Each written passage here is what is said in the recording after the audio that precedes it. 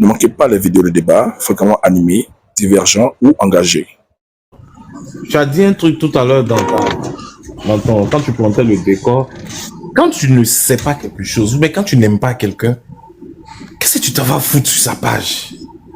Mais je sais pas, franchement, je sais pas. Je m'interroge, je me pose des questions. Donc, Marc, je t'explique très rapidement. Il y a un infirmier d'État, c'est-à-dire fonctionnaire de la République de Côte d'Ivoire, à Bouaki, qui est parti faire un commentaire. Comme je suis sur TikTok, je peux dire, surtout à la télé, j'ai pas osé le dire.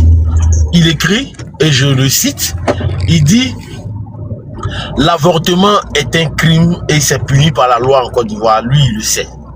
Mais si la mère de Draman l'avait avorté, elle aurait sauvé l'Afrique, en gros, de beaucoup de problèmes. Elle nous aurait évité beaucoup de problèmes. Pour dire que si la mère du président l'avait avorté, la Côte d'Ivoire, l'Afrique serait libre.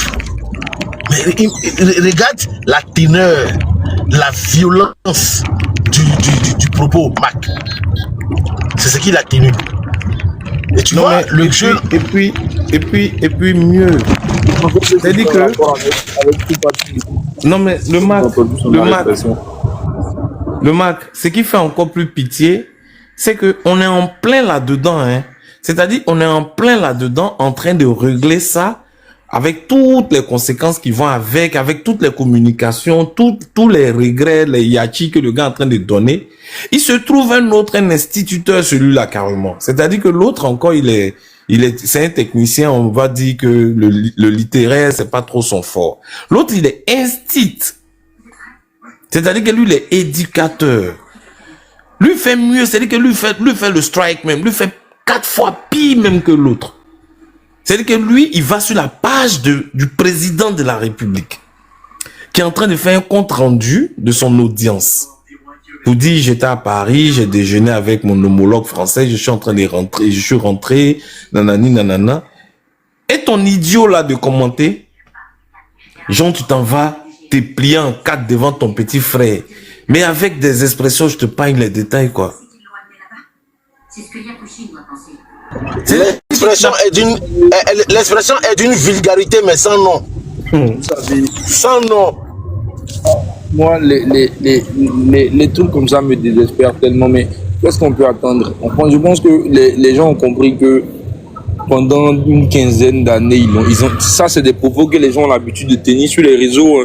C'est maintenant qu'on arrête les gens pour ça, mais sinon, il y a des gens qui l'ont fait à visage découvert pendant très longtemps. Et vous le savez, tu vois. Donc, je pense que c'est la conséquence de ce laxisme-là. C'est vrai, on avait pour objectif de construire un État de droit, un État fort, etc. Mais oui, sans pour autant effrayer les gens, effectivement, je te l'accorde. Mais bon, je dis... Aujourd'hui, il est important parce que les gens qui attrapent le drapeau de la Russie, là, ils n'ont pas idée de 10% même des choses qui se passent en Russie. Ça, c'est impossible dans les pays comme la Russie. C'est-à-dire qu'un citoyen russe ne peut pas se permettre cela, encore moins dans les autres pays qu'ils admirent aujourd'hui, tu vois. Et donc, je pense que c'est malheureusement, en fait, la résultante de cette volonté de vouloir donner l'impression aux Ivoiriens que pour le développement, c'est aussi avoir la liberté de tout dire n'importe comment et n'importe quand, tu vois. Et malheureusement... Non mais Mac, en fait, devrait au-delà de tout, même si avant, hein, tu dis qu'avant, c'était fait, tout et tout. Tu sais que la loi sur la cybercriminalité, là, c'est venu en Côte d'Ivoire en quelle année? C'est pratiquement vers 2016 que l'État de Côte d'Ivoire a commencé à créer des lois, parce que ça devenait du n'importe quoi. Parce que l'État, lui aussi, là, il se cherchait. Parce que Internet est venu en Côte d'Ivoire quand? C'est venu en Côte d'Ivoire en quelle année? C'est pratiquement dans les années 2010 que Internet est venu en Côte d'Ivoire, 2009, 2010, par là. Tu vois? Non. On va dire que c'est là où ça s'est vulgarisé. Non, c'est venu dans les années 2000 en fait. Tu vois? Dans les années 2000. En ce moment, c'était très cher. Avant, là. Tu t'imagines, pour pouvoir avoir accès à Internet, il fallait aller au centre culturel français, au centre culturel américain, ou bien à Prima, où tu payais l'heure à 5000. Mais aujourd'hui, des inconscients, à cause du fait que des gens ont travaillé fort, de sorte que des entreprises de téléphonie mobile viennent s'installer. Pour qu'ils, eux, ils aient accès à des pages sociaux, à des pages TikTok, à 100 francs, à 200. Mais le gars, il s'arrange le droit de dire tout et n'importe quoi. Mais Mac, moi, je te dis, au-delà de tout ce que tu viens de dire, qui renferme beaucoup de vérité, mais c'est un manque d'éducation. Est-ce que le même connard là il peut croiser quelqu'un dans la rue pour dire ça? Même moi, Daouda, je passe tous les jours à Abidjan ici là. Tous ceux qui m'insultent là, quand ils me croisent dans la rue là, il n'y a pas un qui a les couilles de s'arrêter devant moi pour me parler. Ben, tu as dit ça, il y a mon habillant se battre.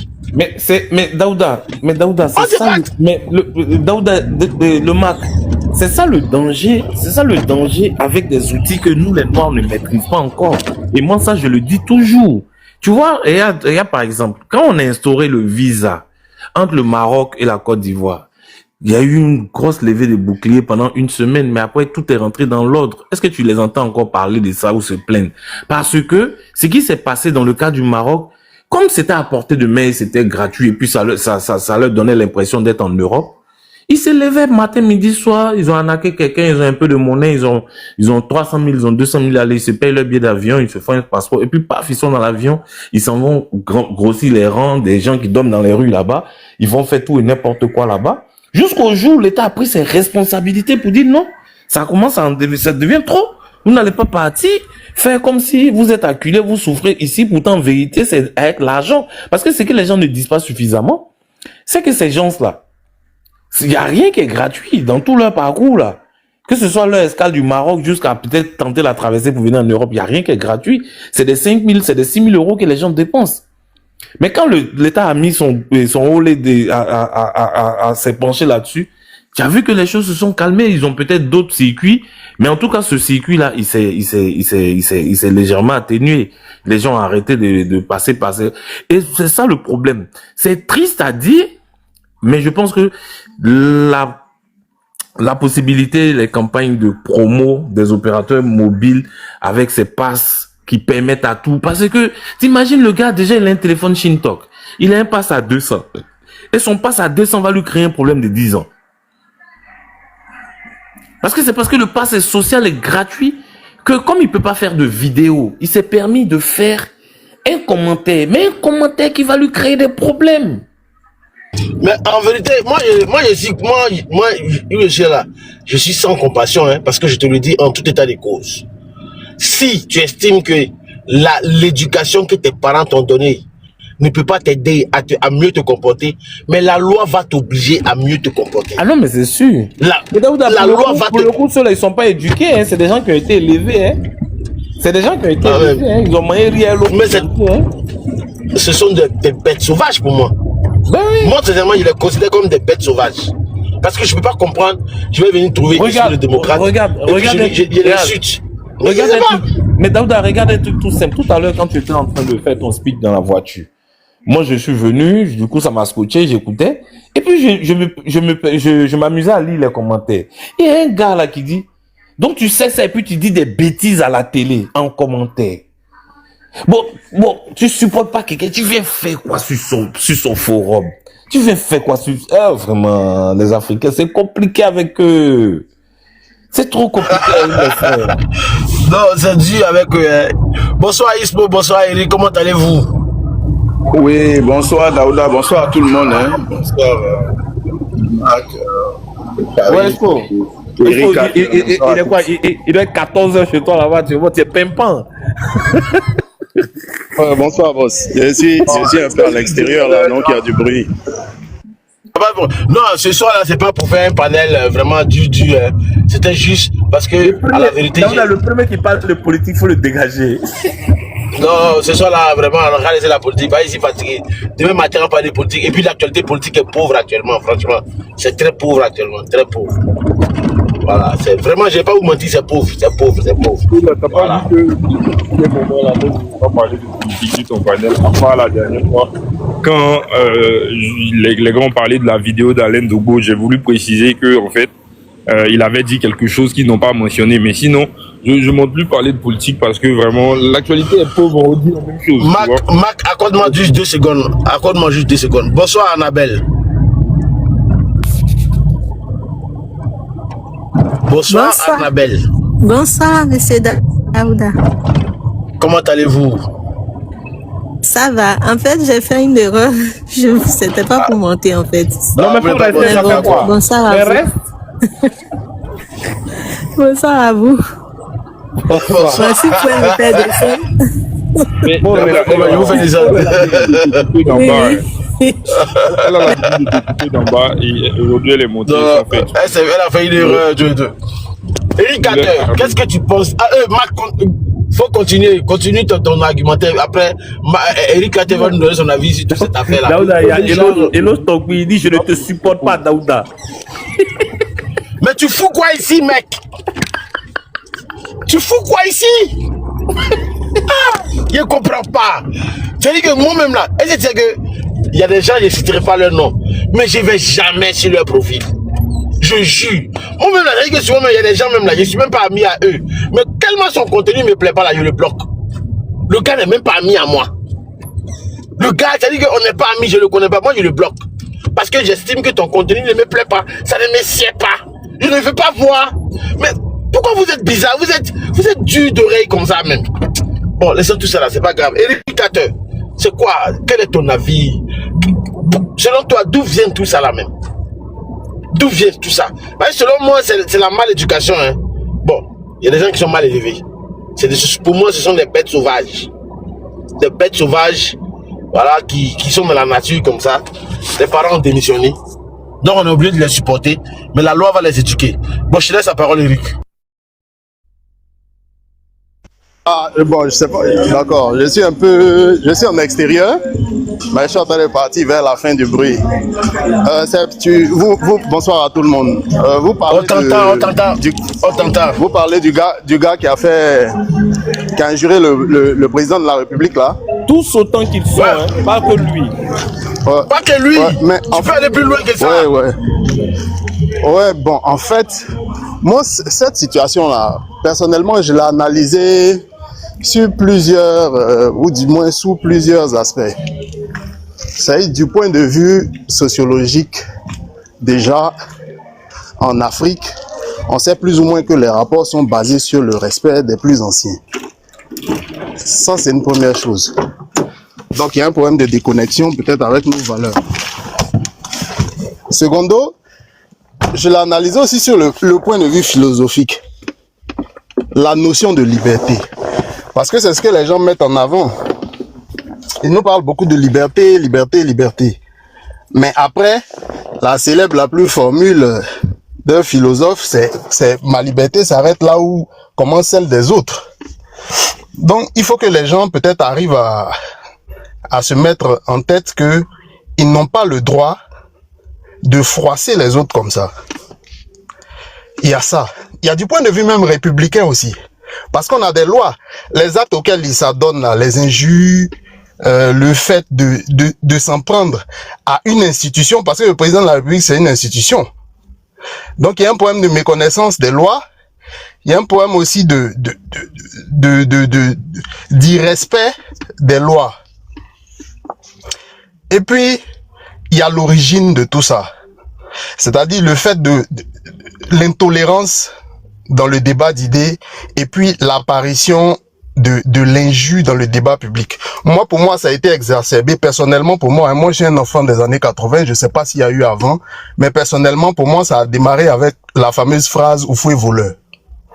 Et on sait quels sont ces jeunes qui ont été instrumentalisés, fanatisés, au point d'aller dire à un vieillard de, je sais plus, il avait quel âge, près de 80, combien d'années, de dire à ce vieillard-là, qui en plus était notre président de la République, de lui dire Oufou est voleur dans les rues, sans se cacher. Et à partir de là, la violence verbale s'est installée. Et aujourd'hui, on en subit le prix. Voilà. Aujourd'hui, c'est devenu très difficile. Les gens sont très intolérants. Ils sont intolérants. Moi, je suis là. Même tout à l'heure, j'étais assis là, sans même être monté déjà. J'avais commencé déjà à muter certaines personnes qui tenaient des propos vraiment déplacés. C'est pour ça que je dis tout le monde n'est pas habilité à parler de politique. Parce qu'il y a des gens qui sont haineux de nature, il y a des gens qui sont de mauvaise éducation, il y a des gens même qui sont dans l'émotion. Donc tout cela, s'ils doivent venir parler d'une chose qu'ils ne maîtrisent pas, ça sera difficile de les maîtriser. Et puis, en dernier ressort, il y a la question idéologique.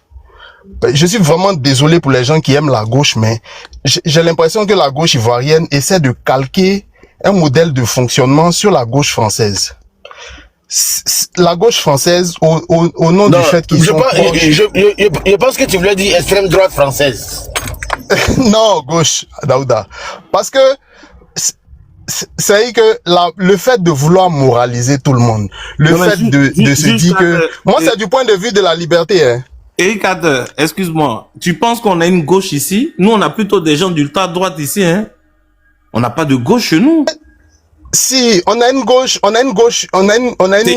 qui imite. On a une gauche qui imite. C'est-à-dire que c'est des gens qui imitent. Voilà, ils imitent un mode de fonctionnement. En fait, ils ont une conception de la liberté, du concept de liberté. Moi, j'ai écouté des gens hier soir qui s'offusquaient du fait que le gars ait pris une peine de prison parce qu'il a injuré le président. On dit non, c'est léger, c'est qu'il a dit, bon, il fallait pas le chose. Mais c'est pas possible. En fait, ils veulent juste calquer ce qui se fait en France. Je vous rappelle qu'en 2021, il y a le gars là, Damien Tarel, qui a flanqué une gifle à Emmanuel Macron. Le gars, il s'est pris 3 mois de prison seulement. Et puis bon, la peine qu'il a trouvée la plus lourde, c'était le fait de ne plus avoir accès à un emploi public. C'est ça qui lui a fait mal. Il était soutenu par le très controversé, le jeune avocat proche de la gauche, Juan Branco. Oui, qui allait se faire voir aussi qui allait se faire voir aussi au Sénégal auprès de Sonko là. Et donc, tu vois, c'est des gens qui, aujourd'hui, au nom de la liberté, ont fait que l'Europe n'a plus de frontières, l'Europe est en train de perdre sa culture, l'Europe n'a plus de religion. Dans les prisons, on peut se permettre ce qu'on veut. Les gardiens de prison ne peuvent même plus toucher à une personne parce que si tu même aller fouiller la cellule d'un détenu, ça va te donner droit à remplir des... Les détenus ont plus de droits même que les gens qui sont dehors. Tu vas remplir 20 pages de choses. Donc c'est une conception de la liberté. Regarde la question des squats. Tu sors, tu arrives, tu viens trouver un gars dans ta maison. On dit, bon, il y a la trêve hivernale qui arrive. Pendant ce temps, tu peux pas le chasser. Donc, lui, il est installé chez toi. Toi, tu dors dans ta voiture. Cette conception de la liberté, là, où les gens se disent que ils ont le droit de dire ce qu'ils veulent. Parce qu'il faut les écouter, hein. Ils disent, non, que pourquoi on emprisonne tel? Pourquoi lui, là, il n'a dit qu'un petit truc. Et puis, on veut le mettre en prison. Mais c'est une mauvaise conception. C'est les ismos là, les wokistes, C'est des wokistes, c'est ça. Eric, je pense que là où les gens ont raison de dire que ce n'est même pas de la gauche, parce que, en fait, ce qui est bien en Côte d'Ivoire, c'est que tout le monde a dirigé, tu vois. Et je prends l'exemple d'Assalé Timoko, qui pour des critiques, est allé en prison, et surtout dans la partie la plus difficultueuse de la Maka. C'est-à-dire qu'il était soumis à lui-même et mieux encore, il risquait de mourir. Il n'eût été la clairvoyance du bâtonnier d'alors, tu vois. Et donc, je vais dire, des gens qui, pour des raisons, si tu connais un peu aussi l'histoire de Mamadou Touré, de comment il a quitté la Côte d'Ivoire, alors tu vas te rendre compte que non, ils peuvent pas prétendre que la liberté, c'est insulter le président. C'était pas possible avant d'insulter Gbagbo publiquement et puis de vivre. Je dis même pas d'être en prison, hein. Et puis de vivre, tu vois. Mais en fait, Merci. Il y a fait une précision même qui est très importante. Aujourd'hui, où nous sommes ici, là, nous-mêmes qui sommes journalistes, imagine-toi quand on est en train de faire nos analyses et que on dit Gbagbo Laurent. Mais c'est le courroux qui tombe sur nous. Pourquoi est-ce qu'on n'a pas mis son excellence Gbagbo Laurent? Il dit, mais tu te prends pour qui, mon fait juste? Il suffit que tu dises. Mais c'est grave. Ce qu'on ne veut pas dire à Gbagbo, pourquoi vous voulez que... ce que vous n'acceptez pas pour Gbagbo là, à minima là, vous voulez que quelqu'un vienne insulter l'autre et puis il s'assoit et vous regarde. Je te laisse parler, Mac. C'est-à-dire que lorsqu'un journaliste à la critique un peu, je vais dire, un peu dur envers l'ancien président Laurent Gbagbo, les gens s'offusquent. C'est-à-dire que la personne devient la personne à abattre parce que il a parlé, il n'a même pas dit insulter parce qu'il a parlé de Gbagbo. Donc imagine un seul instant si cette personne-là, je vais dire, avait insulté Gbagbo. Donc pour nous qui avons vécu cette période-là, et les gens s'en rappellent, c'est-à-dire qu'à l'université Félix Houphouët-Boigny d'alors là, il y a des gens qui ont porté les t-shirts d'Alassane Ouattara qui se sont retrouvés plâtrés. Ça, c'est des choses qui ont existé. Donc personne ne peut faire de leçon de liberté, en tout cas dans ce sens-là, hein, à la Côte d'Ivoire actuelle. Parce que quand les Reporters sans frontières parlent de liberté d'expression, et puis ils classent, et puis on parle de la 5e place à la 70e place ou 56e place, je sais plus, c'est parce qu'il y a eu beaucoup de progrès. Actuellement, on a la 63e place. Voilà, 63e place. C'est parce qu'il y a eu beaucoup de progrès dans ce sens-là. Donc, on peut même pas comparer ça, et puis les mêmes gens peuvent pas venir donner des leçons sous prétexte que le gars aurait insulté. Parce que cette gauche d'aujourd'hui là, elle est proche, on va dire, de la Russie, mais je vais dire, qu'est-ce qui se passe en Russie? En Russie, je me souviens d'avoir vu une expérience sociale où ils ont collé la photo de Vladimir Poutine dans un ascenseur et puis ils ont mis une caméra. Mais la réaction des gens est incroyable. C'est-à-dire que d'autres même n'osaient même pas regarder dans les yeux la photo du président de la République. D'autres même, c'est-à-dire que ils sont là, ils pensent quelque chose, ils peuvent même pas le dire. Je sais pas si tu comprends. Parce que, en fait, au-delà d'avoir du respect pour leur président, mais ils ont une peur viscérale pour ce qui peut se passer si jamais il se comporterait mal. C'est-à-dire si jamais il se comporte mal en face même de cette photo. Tu comprends, non? Et donc, je veux dire que c'est le modèle qu'ils ont en exemple. Mais pourquoi eux, ils veulent en fait que la Côte d'Ivoire soit le pays à tout faire? On a vu Kadhafi, dont les leaders panafricanistes parlent aujourd'hui, etc. C'était impossible dans la Libye des Kadhafi de tenir des propos comme ça. Donc, on n'est même pas en train de parler de choses qui ne sont pas, de choses qui ne sont pas légales. On dit quelqu'un est hors la loi parce que il s'est fait, parce qu'il a fait ce qu'on appelle une injure publique, une injure à une autorité même publique. En France, insulter un policier là, on te plaque au sol. Et puis après là, c'est lui qui a des joues, dire tété, c'est lui qui demande justement à se reposer, etc. Donc ça, c'est des choses qui existent dans les pays en Occident. Il ne faut pas qu'on se trompe. Donc on ne peut pas insulter une autorité facilement, tranquillement comme ça. Il y a des gens qui ont insulté des professeurs d'université et qui ont pris aussi des peines de prison, des peines avec sursis. Ça aussi, c'est des choses qui existent en Europe. Donc, faudrait pas qu'on se trompe. Nous, on a notre code pénal et le code pénal est respecté quand il va en prison pour ces faits-là.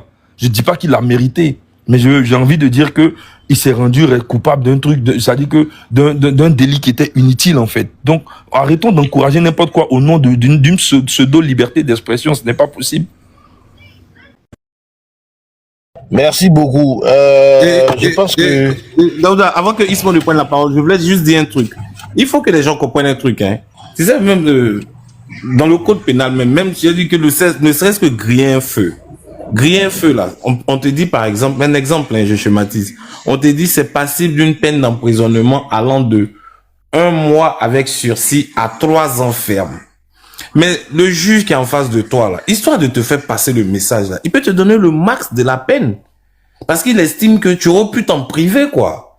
Tu aurais pu éviter. Donc lui et le procureur peut requérir, qu'on appelle ça, demander ça au juge et puis le juge va appliquer ça, mais bien comme il faut. Donc on peut te dire que dans ce délit-là, celui qui a giflé Macron, les gens pensent qu'il a pris 4 mois de prison ferme, c'est vrai, mais il a pris 14 mois de prison avec sursis, mais il est privé de ses droits civiques. Mais en même temps, il peut pas rentrer dans l'administration. Je veux dire, ça, c'est des peines qui sont plus graves. Il n'a pas oublié. Voilà, donc il doit être suivi par un psy depuis 1 an, ça, c'est des choses, c'est lourd. Mais il a oublié de faire ça. C'est-à-dire qu'ils ont appliqué la peine maximale qui va avec son problème. Donc aujourd'hui, en réalité, ils n'ont pas fait de prison, mais ils ont détruit sa vie. Mais c'est ce qu'il voulait en retour, non? Il cherchait non, non? 14 mois, il doit aller voir un psy. S'il ne va pas là, il peut retourner en prison parce qu'il a encore il a encore sa peine de sursis. Donc il a l'obligation d'aller. C'est non, il cherchait non. Il a eu son nom. Rien. Les gens pensent que c'est rien, c'est pas rien. Il a pris 36 mois ferme parce qu'il cherchait non. C'est là qu'il cherchait non. Quand les gens vont voir, ils vont dire ouais, Topa c'est un garçon. Voilà, 36 mois. Il va prendre le max. Non, mais le problème même là, c'est que toi tu parles de le max. Il a pris 3 ans, mais je vais aller plus loin. 3 ans, parce que là, la fonction publique, là, en tant que fonctionnaire, quand il va revenir, là, il sera conduit au conseil donc son dossier va aller au conseil de discipline de la fonction publique, et puis ils vont le radier. C'est que sa vie est dégâchée. Voilà. Toi-même, tu connais notre pays là. Actuellement. Le seul justice qu'il peut avoir actuellement, c'est lancer machette. Ah non, ça là, ou bien pousser votre eau. Voilà. C'est ça qu'il peut avoir. Parce que pousser votre rôle encore, il peut même pas se structurer en société, hein, parce que quand son dossier va passer au tribunal de commerce là-bas, ils vont dire, ah, mais lui là même, il est bizarre. Donc, allez, on te cancelle. Même si ta condamnation n'a rien à voir avec le tribunal de commerce. Voilà, il faut monter. À la vérité, là, il n'y a pas de problème. C'est causerie, en fait, c'est pas débat.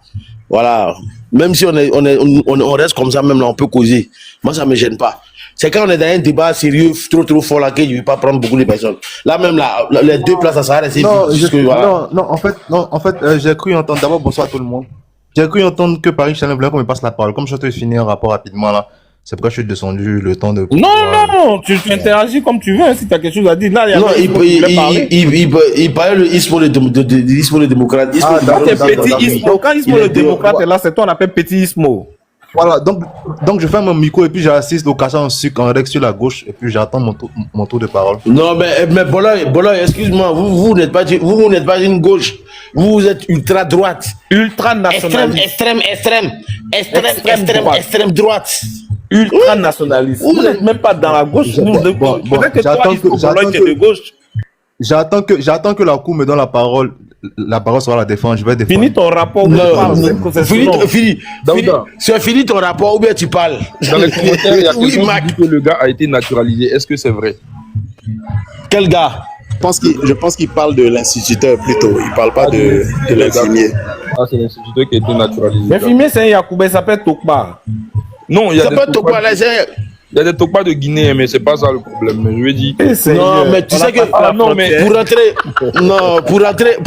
pour rentrer à la fonction publique en Côte d'Ivoire, il faut que tu sois exclusivement ivoirien. Voilà, vraiment.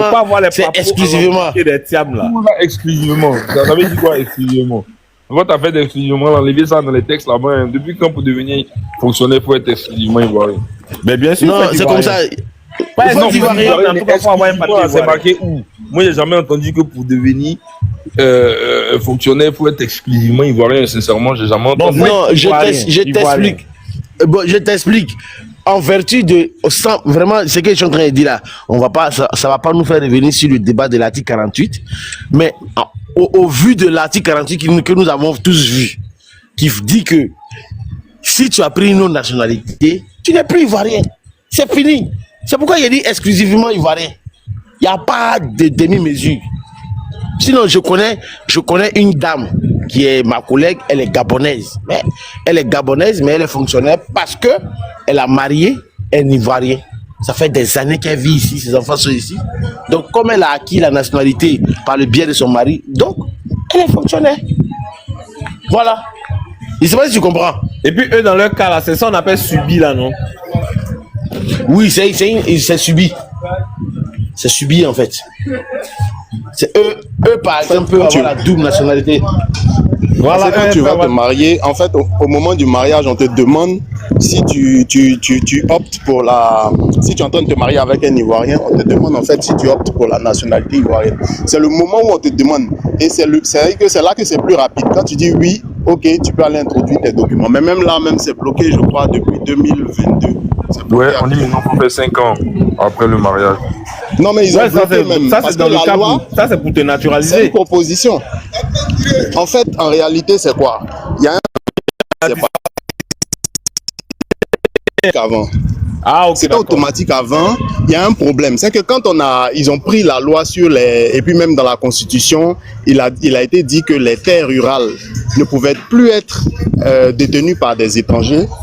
On a une certaine catégorie d'étrangers qui a commencé à faire la course vers la nationalité ivoirienne. Ça, c'est un fait. Je ne vais pas lancer le discrédit sur eux, mais il y a des gars qui prenaient leurs servantes, par exemple, pour aller se marier dans cette... Donc, il y a... À la mairie de Dabou, on se pose des questions sur ton mariage. Dabou c'est ce que les gens aiment. Voilà, c'est les points qui sont rapides. C'est des points. Donc, on a des gars ici qui sont là, qui prenaient leurs servantes, et puis ils partaient les marier, les épouser. Déjà, ça les arrange sur le point de vue fiscalité, ça leur permet d'ouvrir facilement les entreprises, et puis ça leur permettait aussi de pouvoir continuer à acheter des terres, tu vois. Et donc, les gens, ils ont fait ce projet de loi-là. C'est même pas encore validé. Ce qu'ils ont dit, c'est que tu dois faire minimum 5 ans après le mariage avant de pouvoir avoir la nationalité. Moi, je suis concerné, ma femme est guinéenne d'origine, tu vois. Et derrière ça... Ah, c'est pour ça que tu le connais mieux. Ouais, je te dis. On dit on peut venir jusqu'à 3 ans si vous avez au moins un enfant. Un enfant ou deux. Ça y est, plus vous avez des enfants, plus on peut revoir le délai d'observation, le délai de carence. Mais le seul problème, c'est que jusqu'à présent, ils n'ont même pas encore mis en chose. Mais même actuellement, là, quand tu te maries, tu vas, c'est bloqué. Hein. Depuis 2022, c'est bloqué.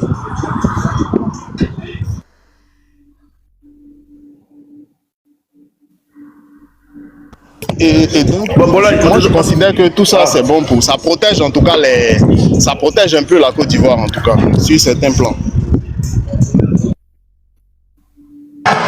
Bon là, on te donne la parole maintenant. Comme tu demandais la parole, on te la donne. Oui, allô, bon, je sais pas encore fini, mais bon, je vais réagir rapidement. Hein. D'abord, bonsoir à tout le monde. Bonsoir le Mac, bon retour des vacances. Et c'est temps là, tu étais absent. Bon, j'ai cru comprendre qu'il s'agit de celui qui a insulté le président de la République, qui est allé en prison pendant, qui a eu une peine de prison de 3 ans. Et pas que lui. Oui, j'ai vu un aussi il y avait une capture dans les commentaires TikTok. Lui aussi, il a été arrêté. Je sais pas, il y a un lui, il est parti sur la page du président même pour l'insulter. Ça, c'est deux que tu peux raconter. Maintenant, il y a un gars du RAGP aussi qui a été arrêté, lui, sur mandat de dépôt. C'est-à-dire, c'est les enfants guerriers, là, c'est eux. Non, en fait, moi, ça me gêne pas, hein, parce que moi, je prends le respect dans tout. Si on peut arrêter les gens, en fait, parce que quand tu viens sur Internet, là, faut être responsable.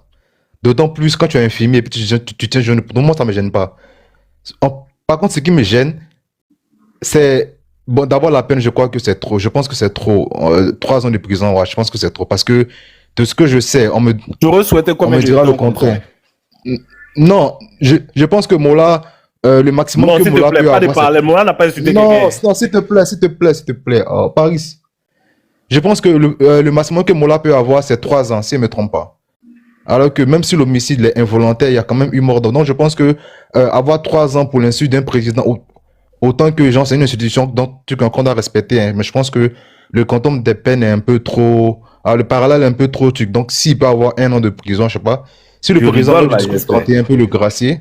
Non, Paris, s'il te plaît. Laissons-le finir. Ok, fini alors, fini. Voilà, je pense que si le président, dans son discours le 31 peut le gracier, là, il n'y a pas de souci. Mais en tout cas, l'acte qu'il a posé est très grave parce que un médecin qui parle d'avortement, tout ça, c'est grave. Mais par contre, ce que je déplore, et je l'ai déjà dit en fait, c'est que il y a une sorte de 2 poids 2 mesures. Parce que tout à l'heure, Daouda me sentant venir à invoquer le cas du militaire RHDP qui a été truc. Mais le général Makosso a tenu des propos assez ici envers le président Laurent Gbagbo. Et le camarade Fabrice Lago l'a dit, on a porté plainte maintes et maintes fois. On allait chez le procureur, on allait chez la PSC, tout et tout. C'est pas là quelque part. Qu'est-ce que Makosso a dit? Parce que j'ai l'impression que tu reprends ça sans savoir ce qu'il a dit. Bolo, s'il te plaît, je veux pas tout couper. Non. Mais qu'est-ce que Makosso a dit? Faut pas qu'on se trompe. Non, attends, Marc. Aïe, tiens. Donc, Fabrice, j'ai pas le verbatim. Quoi. Non, si tu n'as pas, faut pas dire ça, faut pas répéter parce que tu n'as pas. Donc, c'est le Fabrice Lago fait. Paris Chalem, c'est que je rebelle contre toi. Tu peux mettre ton micro à parler, non. Le Max, s'il te plaît. Je vais finir rapidement. Ça va pas être un débat de clochon, je vais finir rapidement. Donc, je dis que je suis d'accord que le gars, là, il ait une peine. On est d'accord là-dessus. 3 ans, je pense que c'est trop. Mais par contre, je déplore une sorte de 2 poids 2 mesures. Il y a des gens chaque jour ici, même sur des panels, qui insultent Laurent Gbagbo de bâtards, de chiens, de jouisseurs. Ces gens n'en ont rien. Ou même pour eux, là, ces gens, c'est normal, quoi, en fait. Le président Laurent Gbagbo, des gens peuvent l'insulter et puis ça va pas quelque part. C'est de ça que je parle. Moi, je veux pas que gens comme on insulte Gbagbo, on insulte aussi Ardo, c'est pas mon sujet. Parce que avant d'être des présidents là, c'est des papas, c'est des grands-pères, donc il faut les respecter. Mais quand on insulte l'un qui est une institution et quand on laisse insulter l'autre qui n'est pas d'une institution mais qui est quand même un ancien président, je pense que ça laisse à désirer.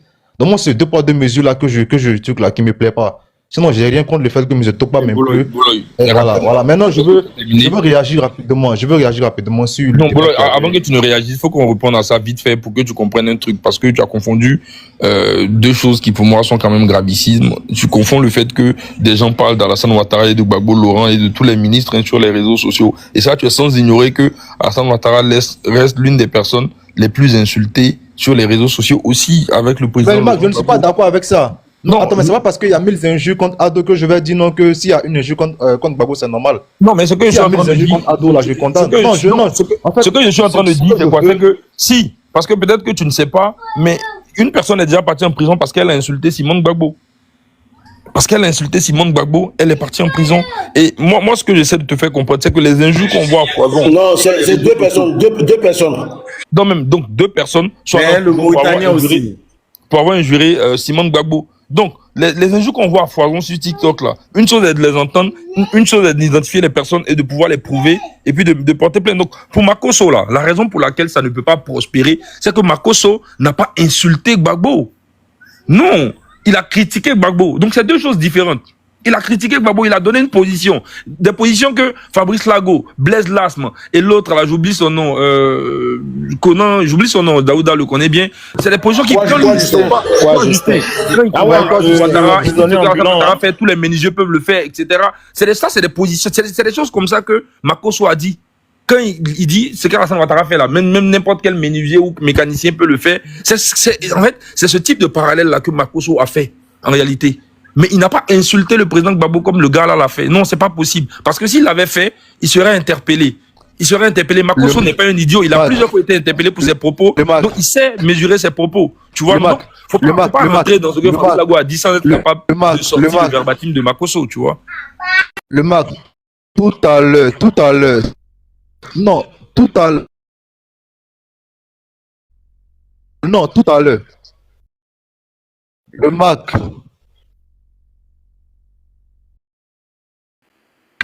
Moi, je t'entends pas, hein, je sais pas si... On dirait qu'il a un problème de réseau. Il nous entend en différé. Ah donc c'est les trucs d'hier là que lui l'entend aujourd'hui quoi. Bolo, tu es là? Revois ton réseau, revois ton micro. Est-ce qu'on m'entend? Oui, là c'est bon maintenant, c'est bon. Oh merde, est-ce qu'on m'entend, putain?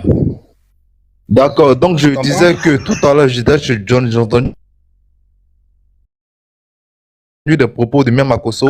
Si des gens ils vont te faire... C'est quoi ces références? Tu verras que franchement, il ne se prend pas pour avoir des propos à Seb.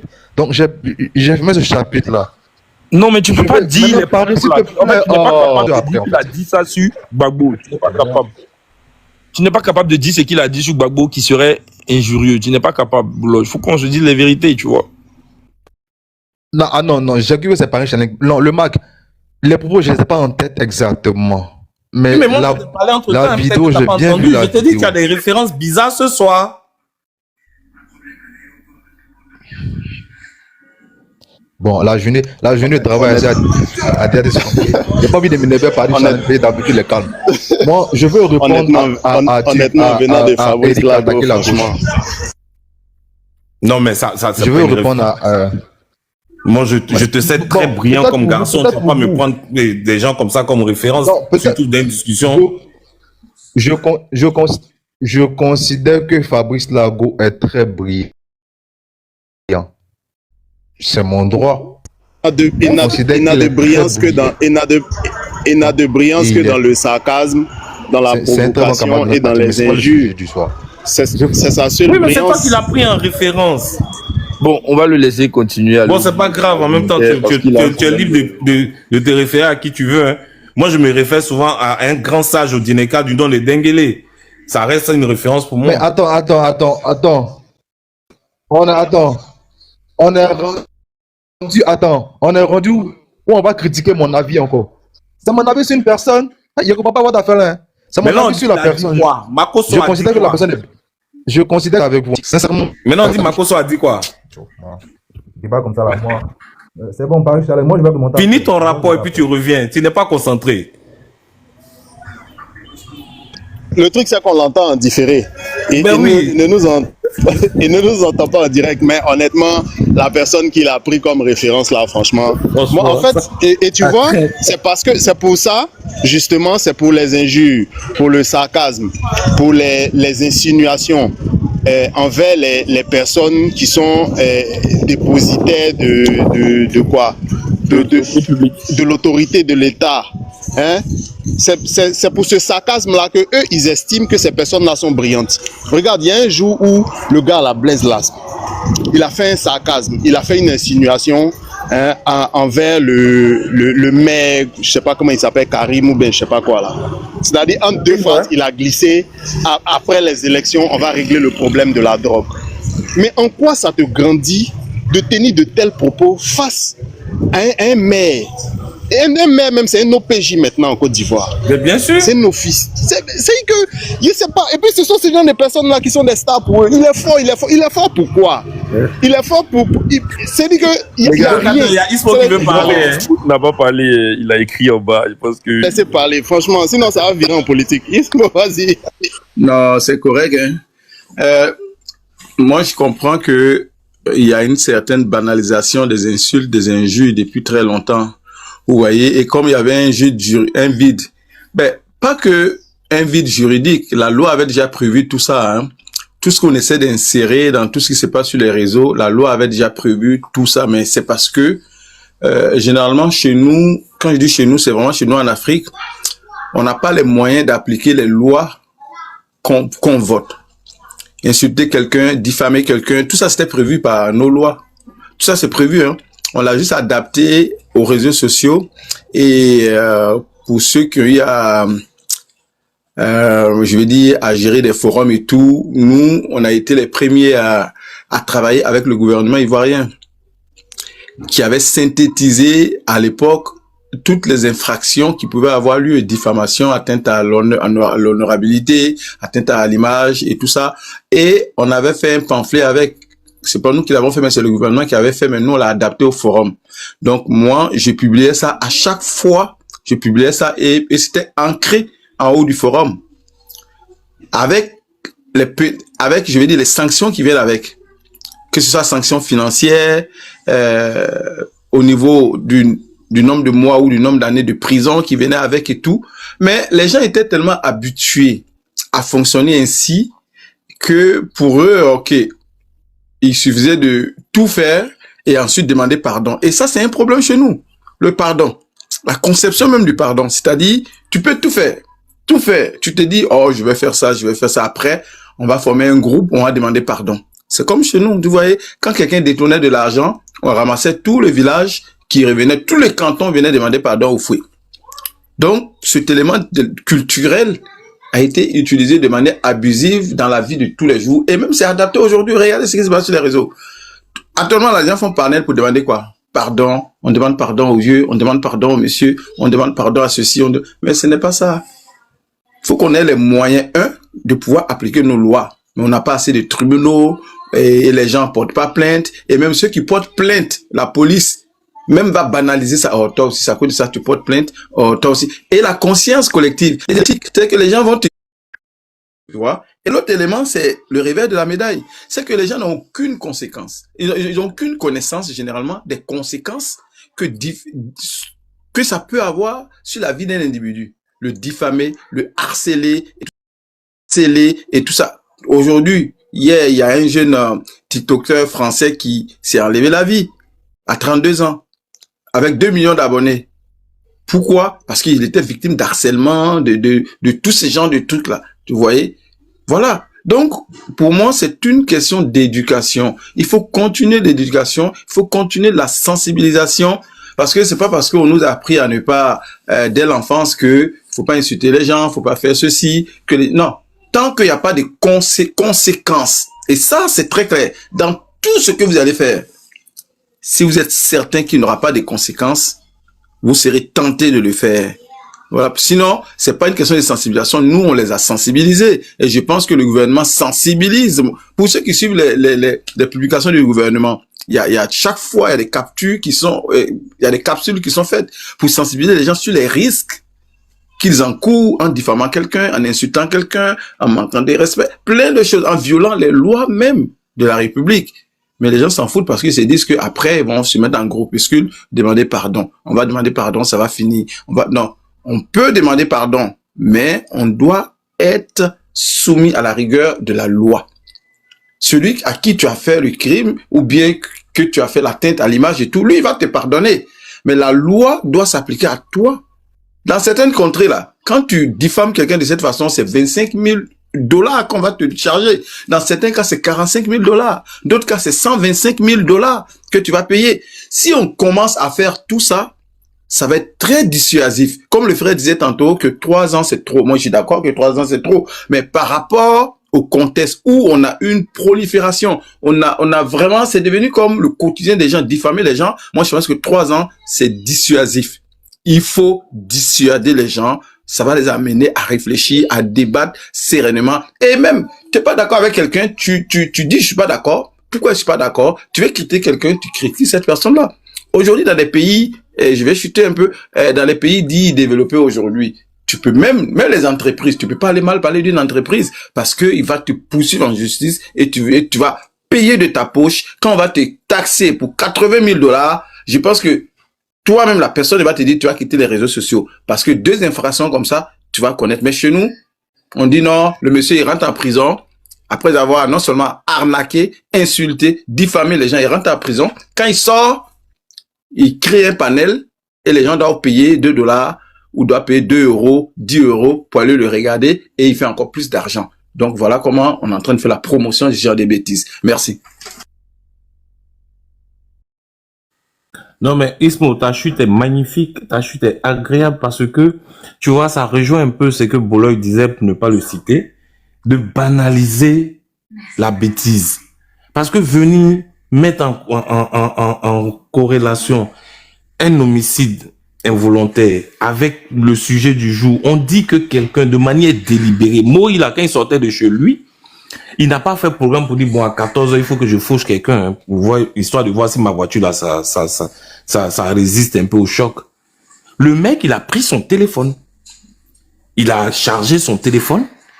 Il est allé sur la publication du président. Et puis, il est parti pondre ce qu'il a pondu. Mais un gars comme ça, on doit le pendre. En exemple, pour que les autres n'ont qu'à dire, tu as parlé de dissuasion, mais je veux dire, c'est parce que on n'est plus à l'ère qu'on appelle ça de la Révolution française, sinon on doit le guillotiner en place publique. Pour que les gens n'ont qu'à voir que quand tu fais ça, là, voilà ce à quoi tu as droit. Parce que il n'était obligé à aucun moment, il n'était en rien obligé de faire ce qu'il a fait. Tu te radicalises, hein, Paris. Ah, vraiment. Non, le Marc, pour de vrai. Ah, Paris. Ah, Paris. S'il y a un contexte, tu sais, si on est dans un contexte politique, si on sort des élections et puis tu es en train de supporter ton candidat et que moi je supporte mon candidat et qu'on est dans un contexte un peu comme en 2011-2010 là, où sur ODCI, chacun y allait de son commentaire, on mettait les résultats de ma zone et puis chacun défendait son candidat. Si c'est dans ce contexte là, les gens peuvent faire des sorties de route, ça pourra s'expliquer. Le Marc, je sais pas si tu comprends un peu ce que je veux dire. Mais tu n'as pas de pression. Tu es sorti diplômé, tu as eu un diplôme d'État. Qui est l'un des derniers diplômes même d'État même. Parce que je crois que tu as bac, tu as BTS, je crois un concours d'infirmier. Après ça, il y a quel autre diplôme d'État encore? Je crois qu'il n'y a plus rien encore, ce concours national, je vais dire, hein. Parce que les autres là, c'est les diplômes école. C'est-à-dire que toi, tu as fait un diplôme national. Tu es en stage. Il y a l'ENA, non? Non, l'ENA, c'est pas national. C'est des concours. C'est pas des diplômes. Mais à la fin, là, ils n'obtiennent pas de diplôme.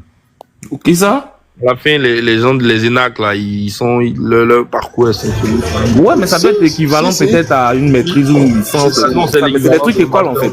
Mais bon, non, je crois que c'est un bac plus 2, je pense. Bac plus 2 ou bac plus 3, je crois. Oui, mais ça reste des trucs écoles, je Un peu comme l'INF.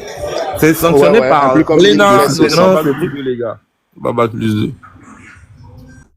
Je dis, c'est pas un concours national où il y a affichage public de les gens de Tengré là. Tu vois ce que je dis? C'est même chose comme pour les infirmiers, là. C'est même chose. L'INJS, c'est diplôme d'État, hein. Mais et pour l'INJS et les autres, là. Bon, bref, c'est pas ça le débat. Bon, bref, c'était pas le sujet. Pareil, c'est pareil. C'est des gars qui finissent dans l'administration. Voilà. Donc, tu as fini de faire tout ça, là. Et puis, tu n'as aucune pression particulière, quoi. Je veux dire, normalement, tu rentres dans un environnement où tu es censé être, enfin, je dirais pas politique parce qu'on est tous marqués politiquement. Et puis, tu t'en vas faire ça. Mais, gars, comme ça, je t'ai dit, on doit couper sa langue même. Ou ces doigts qui ont écrit là. Pour que les autres n'ont qu'à dire, ah, quand tu fais ce genre de conneries là, voilà ce à quoi tu as droit. Sérieusement. Parce que franchement, le Mac, comment tu expliques sa connerie? Non, c'est de la haine. C'est de la haine mal maîtrisée. Tu vois, ça me fait penser à l'autre gars. Je pense que lui là, je te jure que au village là, les sorciers l'ont attaché un peu. Ils l'ont Non, occupé. En non, fait, c'est pas ils l'ont Daouda. occupé. Il y a des gens qui évoluent, il y a des gens qui évoluent dans un environnement familial où on se donne, c'est-à-dire qu'on se transmet ce genre de haine-là depuis près de, je sais pas, 20 ans. Il y a des Ça, cas c'est vrai. aujourd'hui là. Mais Je te ça, c'est jure, vrai, Eric je te Carter, jure hein, ce que tu qu'ils dis. ils ne sont intéressés par la situation politique en Côte Moi, je vais d'Ivoire vous que parce expliquer. que Moi, je vais vous le expliquer. président Ouattara est là. Moi, Je je te vais vous dis, expliquer le jour où il un s'en problème va là, tu vas perso. voir. Eric Carter, moi, je vous fais une anecdote familiale, perso. En 2020, je poste, en 2020, ouais, quand on finit le truc de Paris, là, moi, je poste une photo de moi avec le t-shirt, avec la tête du président, tout ça, je poste ça sur ma page Facebook.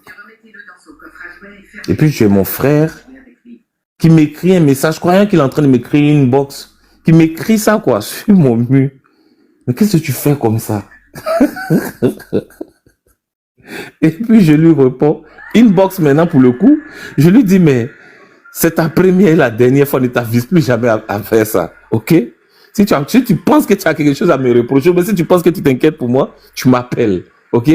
Mais pour ta gouverne, ne t'inquiète pas, je ne risque pas ma vie. Et puis, on est passé comme ça. Et la dernière fois, pendant les régionales, je vois mon même frère là, dans le comité de campagne de Anou Loto, avec les pagnes, les t-shirts, tout ça. Donc, je lui envoie un message. Il dit, mais c'est quoi tu fais comme ça? Il dit, je fais quoi, comment? Il dit, aïe, tu te souviens pas en 2020 ici, tu voulais me tuer parce qu'il y a porté un t-shirt d'ado, comme si c'est nouveau pour toi. Et aujourd'hui, c'est toi qui portes pagne, tout ça, quand tu es dans le cortège en train de faire campagne. Il dit, ah, mais tu sais, franchement, depuis longtemps, si on avait su, hein, on allait te rejoindre depuis. Mais Et puis, on a rigolé avec ça. je dirais que Anne Ouloto, là, elle a battu un bon travail là-bas, hein, parce que Elle a de fait un plus en plus- nettoyage. De plus en plus, les gens lui sont favorables, hein, c'est une parenthèse, mais bon. Mais je te dis qu'elle a fait un nettoyage, mais grave de chez grave, hein. Elle est en train d'effacer les traces. Mais quand je te dis elle efface les traces, mais c'est à une vitesse, un peu comme ce que Patrick Haché a fait dans sa zone là-bas, là, mais je sais pas si c'est au Blanco ou bien je sais pas à quoi il nettoie au cachet, mais franchement, ils sont en train de nettoyer le coin, hein. Mais c'est une zone qui est tellement riche. Si les gens réussissent la gouvernance décentralisée, l'Ouest, c'est-à-dire que l'Ouest ne va rien envier au sud de la Côte d'Ivoire. Tout à fait, tout à fait. C'est la zone la plus riche et la plus bénie de Côte d'Ivoire. Et en plus, Le climat- Eric, le tu sais climat- que, nous, les gens de Giglo, par exemple, là. Yeri, Paris, accorde-moi juste 2 secondes. Vraiment, Vas-y. chers parents et voisins burkinabés, arrêtez de faire des demandes. Je ne vais pas vous prendre. Ayez pitié. Vous faites demande, j'annule. Vous faites demande, j'annule. Ayez pitié, c'est bon. C'est forcé. Ah, vraiment, c'est exagéré. Hein. Paris continue. Et puis, tu sais que, Eric Carter, tu sais, nous de Giglo, là, quand on arrive à Taï, après Taï, tu as Grabo. Grabo, tu tombes sur Tabou. Donc, normalement, s'il y a le bitume dans le coin là-bas, on est en fond de mer à moins de 200 km, hein. Oui, j'ai pris cet exemple-là il n'y a pas très longtemps quand je parlais des activités et véhicules. C'est-à-dire la zone de Taï, c'est une zone où aujourd'hui tu as un gros bassin de production d'EVA et l'ouest ivoirien qui est mitoyen à l'est libérien, c'est la zone où il y a le caoutchouc de plus bonne qualité au monde. Tout à fait, oui. Mais cette zone-là est enclavée actuellement. Et donc, si on fait la zone de Taï-Tabou, on te fait une voie comme la côtière, par exemple, 2 fois 2 voies. C'est fini, mais ils font le tous strike, ceux qui sont c'est là-bas, jackpot. voilà, C'est jackpot. ils exportent par le port de San Pedro et c'est fini, ça désenclave la zone.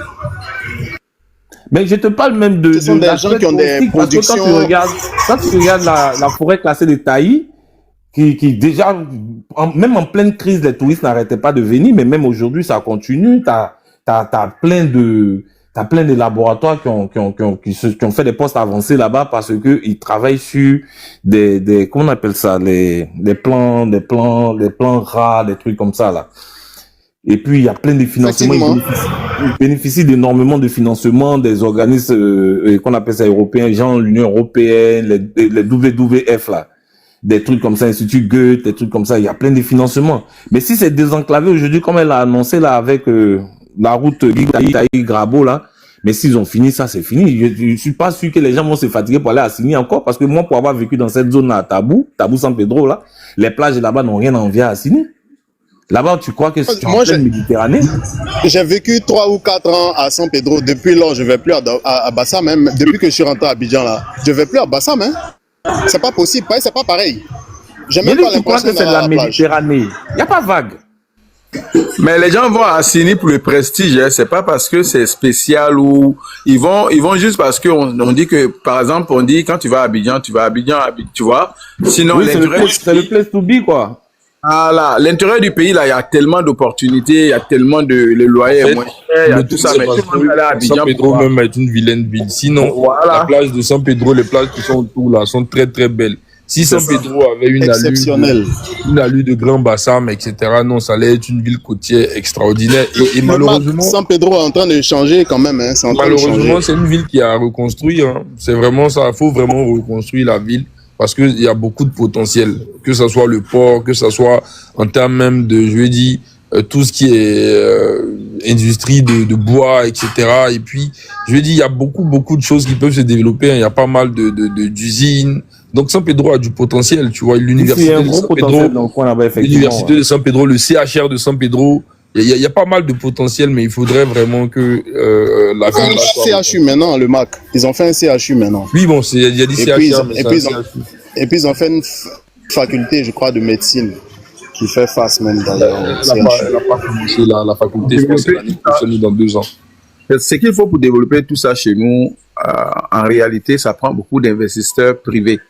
Tu vois, mais parce que l'État peut pas faire tout ça, ça prend des gens des promoteurs et tout ça qui viennent avec leur argent et qui fassent des stations balnéaires, qui créent des commodités et tout ça, donc qu'ils vont exploiter et tout, tu vois, mais chez nous, il y en a pas beaucoup parce que peut-être les gens sont pas prêts à assumer un certain niveau de risque et tout ça, mais c'est progressivement, hein, plus la sécurité arrive dans un pays, plus la stabilité et plus Ouais, plus les gens se projettent. Mais voilà, Ismo, ouais. Ismo, ce Voilà. que tu dis est tellement vrai parce que Assini même n'était pas ce que c'était, je veux dire, en 2008-2007. Hein, les gens, moi, je connais des gens quand ils allaient à Assini avant, ils mettaient beaucoup de temps avant pour arriver à Assini, on dépassait les Beaunois, c'était très loin. Mais aujourd'hui, Assini est proche, tout le monde veut avoir un terrain à Assini, regardez. Non, mais Bassam. en vérité, pareil pour Bassam. c'est parce que, en vérité, le président est parti il passait ses week-ends à Assini. Or, tu sais que, le pouvoir, comme le dit Frank Underwood dans House of Cards, c'est comme l'immobilier. Si tu te rappelles bien, quand Laurent Gbagbo était encore président de la République, mais quand il était président de la République, mais le pouvoir s'était déplacé à Gagnoa. Le pouvoir s'est passé sous les bâches des funérailles, quoi. Mais Daouda, ça n'a pas développé Gagnon. Pour autant. Oui, mais non, mais en vérité, tout est une question ça dépend Tout est dans la vision, quoi. Tout est dans la vision, en fait, parce qu'à la vérité, quand Ouattara s'en va, il commence à aller à Assini, qu'est-ce qui se passe? À la vérité, il n'y avait pas de lumière sur la route d'Assini. Tu es d'accord avec moi? Tu vois? Il n'y avait pas de route. Et la route n'était pas bonne, tout et tout. Voilà. Donc le gars, il a commencé à construire les routes, à faire bien les choses. Finalement, aujourd'hui, là, c'est devenu un truc vraiment fort, quoi. C'est un peu ça. C'est ce qui a fait qu'aujourd'hui, la zone d'Assini est prisée. Donc, comme le président a sa maison là-bas, tout le monde a commencé à aller construire là-bas. Non, mais Assini a toujours été une plage relativement belle. Mais on dira quoi de Jacquesville, on dira quoi des Bimpé qui n'existaient presque pas, où les gens continuent, il y a des gens qui construisent des immeubles aujourd'hui avec Bimpé, Daouda. On dira quoi des zones comme, je veux dire, Alépé, d'autres même disent que des zones d'Alépé sont devenues Angré 17e tranche. Ben oui, c'est ça, Angré 20e tranche. Voilà, donc pour vous dire que le développement, c'est ça. Et San Pedro, c'est juste en fait parce que il y a pas encore ce petit truc qui va faire que les gens vont migrer en masse vers San Pedro, même si la côtière vient d'être arrangée. Mais il faudrait qu'il y ait vraiment un déploiement économique qui est propre à San Pedro. Et que les gens voient, parce que moi j'ai peur pour rigoler, hein, le MAC. Moi j'ai peur Le MAC, ça a déjà commencé. Ils ne fassent leur autodétermination ce coin-là parce qu'ils ont une manière de vivre qui est propre à eux, hein, les gars de San Pedro là. Ils sont à part, hein. Paris, ce que tu dis là, c'est tellement important. C'est d'une importance capitale qu'il faut que les gens comprennent. Parce que tu dis, les gens de San Pedro, ils ont leur mode de vie, ils vivent tranquillement, ils ont leur niveau de vie et tout. Imagine que Didier Drogba aille acheter une grosse demeure dans cet endroit-là, tu penses que le coût du terrain va devenir comment? C'est Ça a commencé même, hein?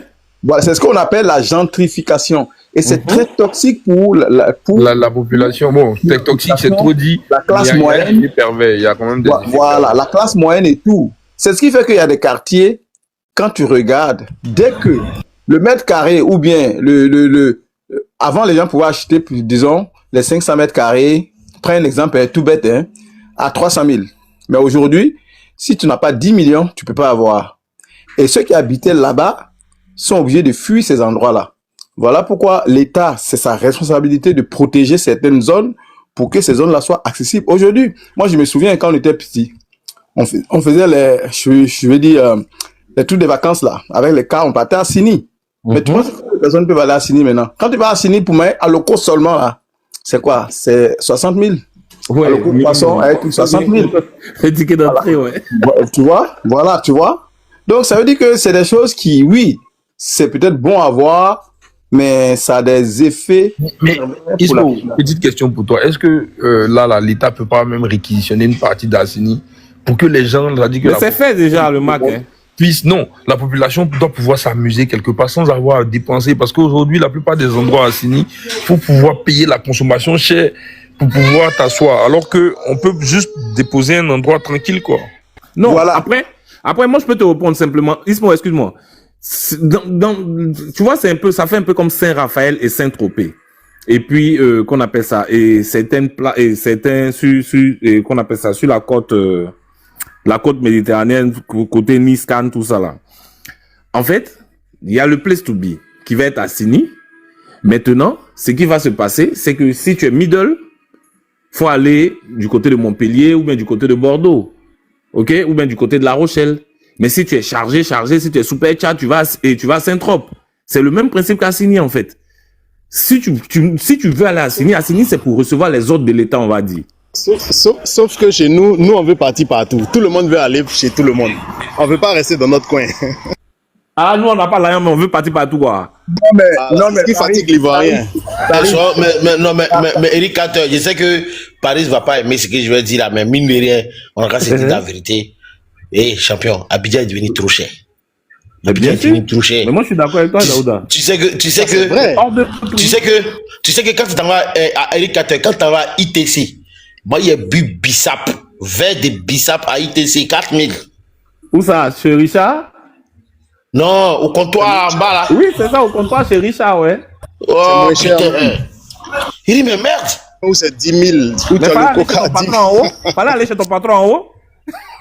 Non, je ne peux pas arriver chez mon patron, pardon. Là-bas, mais c'est club. Là-bas, mais c'est club privé, Joe. Non, mais le problème, c'est que Paris, chez mon patron, là, c'est un club privé. Hein. Excuse-moi. C'est un club privé. Si tu t'en vas là-bas, tu sais sur quoi tu comptes. Comme tu as pris comme tu as fait le parallèle avec le comptoir, j'ai dit, mais tant qu'à faire, comme tu es dans le même environnement, continue. Non, franchement, mais sinon, il y a un point d'aujourd'hui, l'État a une responsabilité, parce que l'État a une responsabilité envers toute sa population. Toute sa population, pas uniquement envers une certaine classe. C'est beau. Moi, je comprends que dans tous les pays du monde, on va avoir certains endroits où on va dire, ça, c'est des zones inaccessibles. Maintenant, une façon de dire aux autres d'Abobo et à Tchekoubé ou tout le reste, là, dire que vous, si vous voulez vous baigner là, allez au phare. Non, mais c'est pas de cela qu'il s'agit. Vous voyez, il faut comprendre, oui. Mais même à Assini, peut-être qu'ils veulent protéger l'élite. Ceux qui mangent, ceux qui bouffent, ceux qui en profitent et tout. Mais en même temps, est-ce qu'avant qu'eux ils arrivent là, est-ce que nous on partait pas là-bas? Oui, mais ils nous ont laissé les Mondoukou là, non? Et les autres. Moi, je suis parti à Mondoukou. Paris. Je suis parti à Assini. C'est la raison pour laquelle je suis parti à Mondoukou et tout ça. Mais est-ce que à Mondoukou, je veux dire à Assini, il y avait des gens qui partaient déjà là-bas. Donc ils auraient pu quand même. Voilà, si vous voulez faire certaines choses là, faites-le, mais rendez certains endroits beaucoup plus accessibles dans la même zone. Mais ça, après, ça dépend du promoteur. Moi, je pense que ça revient au promoteur. Non, c'est pas une question de promoteur. Ça, c'est une question de politique publique. En fait, non, c'est pas de la politique publique. Il y a de la surenchère. Non, je suis pas d'accord. Je suis pas d'accord. Écoute ce que je vais dire, tu vas comprendre. En réalité, là, on demande même pas à ce que l'État prenne. Non, on dit il faut réquisitionner un endroit où les gens peuvent venir avec leur propre bouffe, leur propre truc, comme ça se fait dans d'autres plages. Parce que d'accord. Les gens se retrouvent à devoir être obligés de consommer ce qu'il y a sur place, même s'ils n'aiment pas, même si, en fait, de consommer. Donc, ce qu'on demande aujourd'hui, c'est que on réquisitionne une petite partie de la plage. Et il y a toujours des gens qui vont vouloir se différencier et ne pas vouloir être là où il y a du monde et aller justement dans des endroits prisés et faire ce qu'ils ont envie de faire. Et ça se passe sur toutes les plages, même à Las Vegas. Même à Las Vegas. Oui, mais le Mac. Ce que je suis en train de dire, c'est que, en fait, on ne doit pas obliger les gens à aller forcément dans des hôtels, même s'ils ne vont pas y rester pour juste consommer une bouteille d'eau à 5000 francs. Non, mais Mac, non, mais le Mac, je suis pas d'accord. Moi, je suis pas d'accord avec toi. Paris, attends. Eric Atter, toi, tu es trop libéral, tu es trop libéral. Frère, aujourd'hui, là, tu t'en à Bassam. Moi, je suis pas contre ce que le Mac dit, hein. Sem Bassam, là, est-ce que vous savez qu'à Bassam, simplement, là, tu t'en à la plage, si tu t'en dans un coin, restaurant ou quoi, t'en là-bas, là. Mais le quart de poulet, il n'est pas dit demi-poulet, c'est quart. Chérie, tu te rappelles l'hôtel où on n'est pas là, non? Ils nous ont donné une cuisse, elle, et puis il y a une partie encore là. Tu payes ça à 7000, 8000. C'est que poulet de chair, toi, on te vend 1000 et quelques. C'est bon. Ah, tiens. Un poulet de chair. Je suis allé, le mois dernier, je suis allé sur l'île Boulay, dans un coin qu'on appelle Deccan Resort. Le même poulet que tu viens de décrire là, on te fait ça à 15 000 francs. Bien sûr que c'est le même poulet. Tu as reconnu le poulet? Non, mais tel qu'il a expliqué, c'est-à-dire c'est Paris. C'est-à-dire que tu peux pas prendre 15, c'est-à-dire que tu peux pas prendre, vous pouvez pas prendre à deux. Moi, j'étais obligé de prendre un, ma femme est obligée de prendre un. Donc, imagine 15 000 francs. On a fait 3 jours là-bas, mais il dit, quand je suis rentré, jusqu'à présent même, je ne sors plus. Après un mois seulement. C'est-à-dire que ça fait un mois seulement que je suis quitté de là-bas. Mais j'ai laissé ma peau même à Thiago. J'ai sorti la sortie. Tu dois payer la nuit, Paris, tout ça.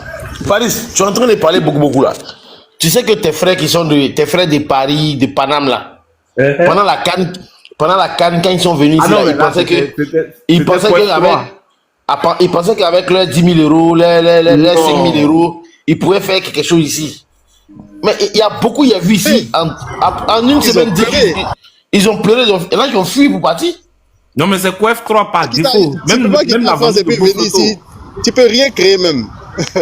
Tu peux rien créer. La vie est devenue trop chère. Daouda, moi, pour répondre à ce que le Mac disait, le problème, moi j'ai mon terrain, j'ai mon bien familial ou bien, parce que je pense que pour pouvoir faire comme l'idée du Mac là, il faudrait pas avoir acheté. C'est-à-dire que tu as hérité un truc familial, comme on voit un peu souvent à la 7e tranche, tu vois, souvent tu passes en pleine 7e tranche, tu vois un coin qui est clôturé et puis on fait des événements, des mariages. Souvent, ils font des petits concerts zouglou de temps en temps dans le coin. Et puis, tu regardes le coin, il fait tache au milieu des grosses villas là. Tu sens que le terrain est un propriétaire, mais le propriétaire n'a pas encore les moyens de construire dessus. Donc, il a mis ça en location, histoire de faire tourner un peu son terrain. Il y a que comme ça que ce genre d'endroit là peuvent exister dans un environnement comme Assini. Maintenant, quand tu as fini de faire ça, c'est toi ton business model. Hein. Si tu estimes que tu es dans le social, dans un environnement ultra libéral comme ça, c'est ta liberté. Mais ça ne peut pas être la responsabilité de monsieur Pierre Magne, qui est le maire, pour dire, bon, écoutez, on va aménager un coin ici pour que nos petits jeunes là viennent faire leur sortie en truc, concert, tout ça. Non, je dis, légalement même, ils n'en ont pas cette possibilité parce que subventionner ce genre de truc là, on va dire, c'est jeter l'argent à la fenêtre parce que c'est que le noir adore le plus, ou du moins ce qu'il déteste le plus, c'est le gratuit. Je te promets, aménage un espace comme ça. Non, Paris. Moi, je vais t'expliquer. Regarde. Moi, j'ai été dans plusieurs villes, je vais dire, au Canada, ici, par exemple, là où je suis, ou bien à Montréal, ou même si tu pars à Toronto, ou même que tu partes même aux États-Unis. C'est de la responsabilité. Oui. C'est de la responsabilité de toutes les municipalités de créer un cadre.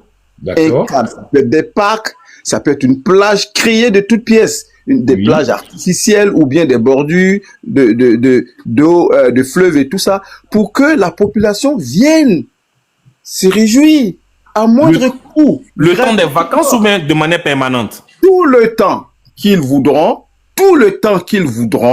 sauf que il y a l'hiver, on va dire à partir de telle période, les plages sont ouvertes, à partir de telle période, les parcs sont ouverts de telle heure à telle heure. Mais c'est le but de la municipalité, c'est de travailler pour ses concitoyens. Mais je suis d'accord. Maintenant, c'est quoi le point?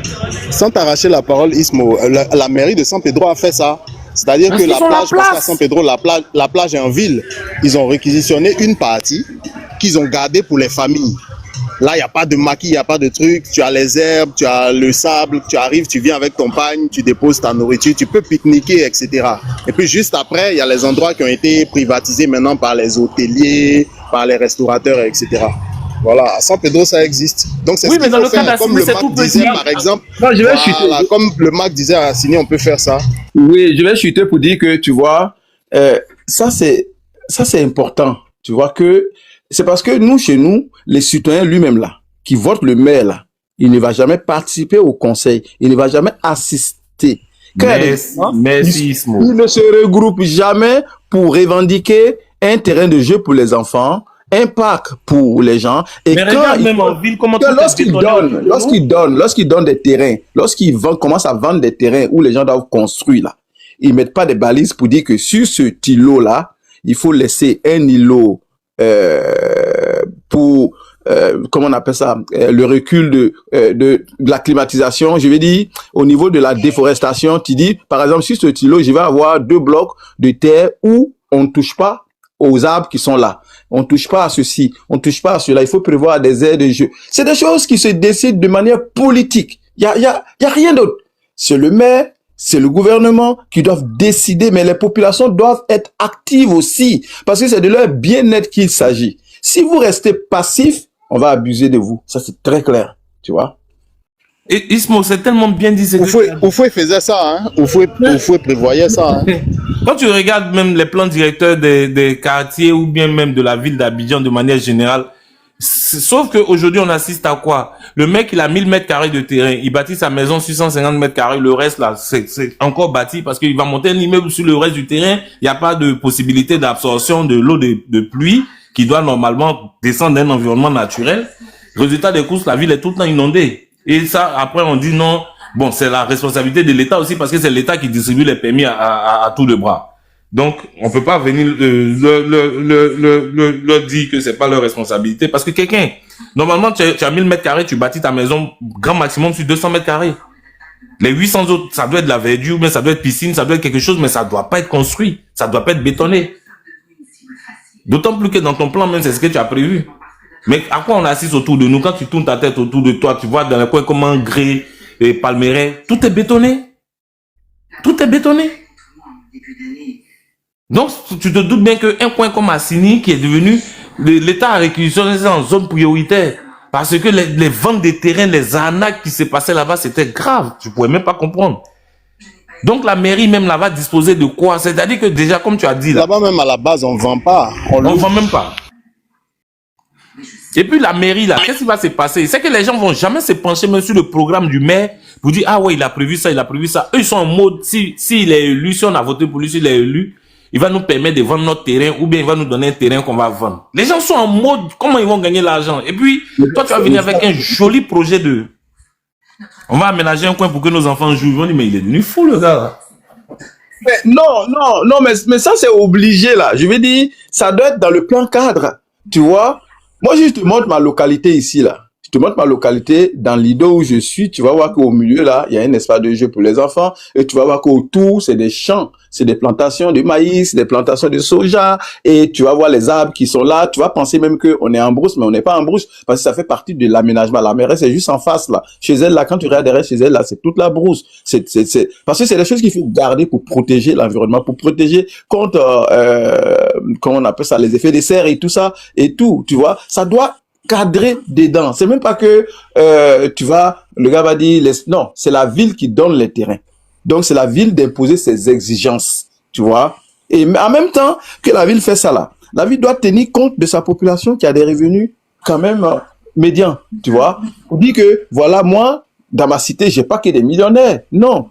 Il y a des terrains qui vont coûter énormément cher dans ma ville, mais il y a des côtés aussi où je permets aux autres populations, pour ne pas qu'ils soient obligés de reculer jusqu'à, je sais pas moi, à Beaunois ou bien, je sais pas moi, à Dabou, tu vois. Non, c'est comme les chasser, alors qu'ils ont été souvent les premiers à rester là. Donc, il faut les accommoder d'une certaine façon, leur permettre de vivre bien, un cadre sécuritaire et tout.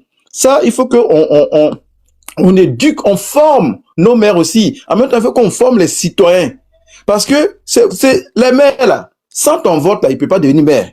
Une fois il est devenu maire là, c'est à vous de vous mettre ensemble, vous signez des pétitions pour dire que nous, dans notre quartier, on veut un terrain de jeux pour les enfants, ça peut être soccer, ça peut être même quoi. On veut un parc de jeux pour que les enfants ou même les adultes même puissent aller s'asseoir, respirer un peu. On veut ça. Vous allez, vous exigez. Sinon, s'ils font pas ça, aux prochaines élections, vous votez quelqu'un d'autre. Point final. Ils vont vous respecter comme ça. Mais tant que c'est pas ça qu'on vous donne, on vous donne seulement 10 000 francs, et puis vous trouvez que c'est suffisant, et vous vous taisez, c'est fini, mais ça va rester comme ça. Voilà. Donc, c'est ce côté actif-là que la population ou que la collectivité doit avoir.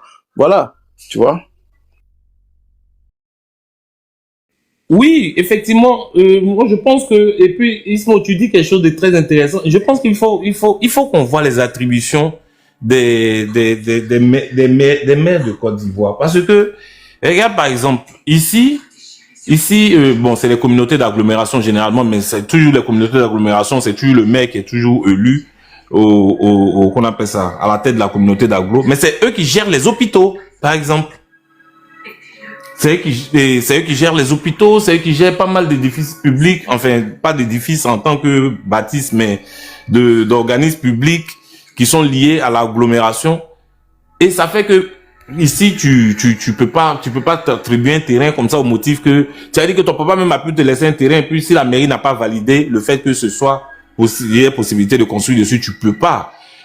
Mais je pense que ça doit être dans les attributions de nos maires là-bas aussi, malheureusement. Mais comme je dis, la course à l'enrichissement, la course à la connerie même fait que nos environnements sont dénaturés, malheureusement, quoi. Et puis, bon. Mais Paris, tu sais, avant, quand il y avait des promotions immobilières, même, tu vas voir les cités, BAD, les trucs comme ça, il y avait toujours des écoles publiques qui étaient exigées par les promoteurs dans la zone. Tu vois? Et qui étaient exigées aux promoteurs dans la zone. Ce qui n'est plus le cas maintenant. Mais justement, c'est ce que je dis. Regarde le Mac. Je te promets, moi-même là, souvent, je rigole quand j'arrive souvent. Tu sais, tu sors du plateau, tu veux bifurquer vers Nestlé là, tu vois le nouveau flyover, ils ont fait le rond-point de l'Indénier là. Tu veux passer par là pour remonter vers la corniche, tout ça là. Et puis, je m'amuse souvent à dire, j'ai dit, ça, c'est mes parents du ont vu terrain, ça là, immeubles, ils vont venir construire ici. Et puis, on rigole avec ça, mais je te dis que, on dit ça pour rigoler, mais les gens n'en pensent pas moins, hein. Parce que les gens même vont voir les espaces de verdure, ils vont dire, vrai terrain comme ça, on peut mettre 4 immeubles, ils sont chap. Mais Paris, c'est ça l'erreur, c'est pas le parent du là ou bien. Non, c'est manière de parler, hein. Je dis pas que non, je veux pas rentrer, c'est pas juste pour rentrer dans un truc débat là, c'est juste pour dire que ce n'est pas celui qui va venir construire ou qui achète le terrain qui décide, hein. Et c'est ce que j'ai dit tantôt, c'est la municipalité qui décide. C'est lui qui lui donne la possibilité là. Tu vois, les villageois qui donnent leur terrain, qui vendent leur terrain eux-mêmes là. Ils ont des enfants qui sont instruits. Aujourd'hui, on avait des chefs de village qui n'étaient même pas là à l'école. Aujourd'hui, tous les chefs de village là, généralement, ils sont tous allés à l'école. C'est des gens très instruits. Donc, quand vous vendez des terrains dans votre zone là, soyez exigeants. Dites que, monsieur le promoteur, voici ce que moi je veux. Les terrains que je vous donne pour développer le coin, voici mes exigences. Je veux un terrain de jeu ici, un parc là, je veux un centre d'achat là, je veux ceci. Je veux que ces terrains soient prévus pour ça. Ce soit prévu pour ça. On va pas construire là-dessus, on construit autour, et voilà. Et je veux qu'il y ait des îlots de petites forêts ou bien d'arbres et tout, et que devant chaque maison, par exemple, il y ait un arbre. Chez nous, c'est comme ça. Ici. Et tu peux même pas abattre l'arbre qui est chez toi sans la permission de la ville. Sinon, tu as une amende salée. Tu vois? Moi, donc, c'est la ville moi, j'ai fait l'effort. Moi, j'ai fait l'effort sur un projet sur lequel je suis en train de travailler à proximité de la nouvelle ville d'Adiaké, là. Parce que comme il y aura un pôle universitaire qui va se monter, avec mon frère, en fait, on est en train de travailler sur un projet. Ça fait, bon, on a fini la première tranche, on est en train d'attaquer la deuxième tranche. mais d'une copropriété, mais dans le même esprit que ce que tu es en train de dire, hein, 2 étages grand max, nombre d'appartements limité à 10, non, même pas, qu'est-ce que je raconte? 8 appartes par bâtiment, avec piscine dans la coprose et buanderie, tout ça, mais avec de la verdure autour. Avec de la verdure autour. Pourtant, le terrain, là, on a la possibilité de le blinder comme tu ne peux pas imaginer. Hein. Bon, on a pensé aux gens, et puis comme c'est un truc, c'est un investissement locatif, c'est-à-dire par rapport à la proximité avec Beaunois, Sini, tout ça, on estime que si tu investis, ça va peut-être pour mettre en loc, et où ça va être ta résidence d'été, mais pas forcément ton truc dans lequel tu vas habiter H24, quoi, tu vois. Mais il y a une Eric, est-ce que tu entends Paris même parler même? Résidence d'été. J'entends. Nous, on ne connaît pas été ici. Hein. Nous, on n'a pas été ici, on n'a pas printemps. Oui, mais après, mais les saisons de vacances restent les mêmes. Les saisons de vacances restent les mêmes. On est d'accord là-dessus. Champion, laisse ça, c'est deuil. C'est deuil. Non, mais c'est quoi? C'est juin, juillet, août, septembre? C'est les mêmes périodes de vacances. Nous, on a 2 saisons ici. On a saison pluvieuse et puis on a saison sèche. Oui, mais Ismo, viens à mon secours, s'il te plaît. Ismo va te dire quoi? Les périodes de vacances restent les mêmes. Résidence d'été, hey, champion, hey, vraiment, Paris, tu es allé à Paris depuis quand? Hey. C'est une déformation professionnelle, c'est pas grave. On a eu tort. C'est comme nos parents de Paname là. Quand tu es à l'aéroport, quand tu arrives, dès qu'ils descendent de l'avion, oh ben putain, il fait chaud ici. Oh putain, il fait chaud. Il dit, dans ceux-là, ça c'est les Benguis, hein. Ça c'est les Benguis qui font ça. Il fait chaud pour des vrais. Oh putain, là, eux, chez eux là, ils vont forcément avoir chaud parce que chez eux là, les températures descendent très bas. Hein. Les Benguis, ils ont toujours un petit carré de Kleenex. Ils ont toujours chaud. Non, ils exagèrent. Non, les Benguis, c'est les meilleurs. Hein. Eri, moi là, c'est les gars de France là. Quand tu as un gars en France, tu sais que le sujet qu'il a abordé maintenant là, franchement, je sais que Ismo, le Mac et puis Paris, ils seront fâchés contre moi, mais c'est pas grave. Mais nos parents qui sont en France là, mais franchement, que Dieu me pardonne, mais c'est des gros plaisantins quoi. Tu sais que le gars il est en France, quand le gars t'a envoyé 100 € comme ça là, tu as l'impression que c'est 1 million qui t'a envoyé. Tu racontes quoi même frère? Ce qui a fait qu'aujourd'hui là, moi tous mes parents quoi qui sont en France il n'y a pas un à qui moi il demande 5 francs. Mais quand le gars t'envoie 100 € là, il y a trop de bavardage 600 € là. Non mais Daouda, le gars qui t'a envoyé 100 € là, et puis il a bavardé là, je dis pas toi spécialement Daouda, hein. Ce gars là, je pense qu'il y a longtemps il est venu à Abidjan. Parce que Abidjan de 2 jours là, je n'ai pas dit Abidjan d'il y a 15 ans ou il y a 10 ans, hein. Abidjan des 2 dernières années là. Abidjan de 2 jours là. Non, le level fait peur, le level est écrasant. C'est écrasant. C'est pour ça qu'on disait pendant la CAN, les gens sont venus, ils ont vu qu'ils pouvaient rien créer. C'est des nouveaux nés à côté. Et Dieu seul sait qu'il y a de très belles adresses en France, hein. Il y a de très belles adresses, hein. Pour chiller, pour faire, pour découvrir tout ce que tu veux. Mais je te dis que c'est de la gnognotte à côté même. C'est gamin. Mais tu sais qu'il y a une... C'est pour ça que le tourisme... Il y a une jeune dame... Le tourisme intérieur est vraiment en souffrance.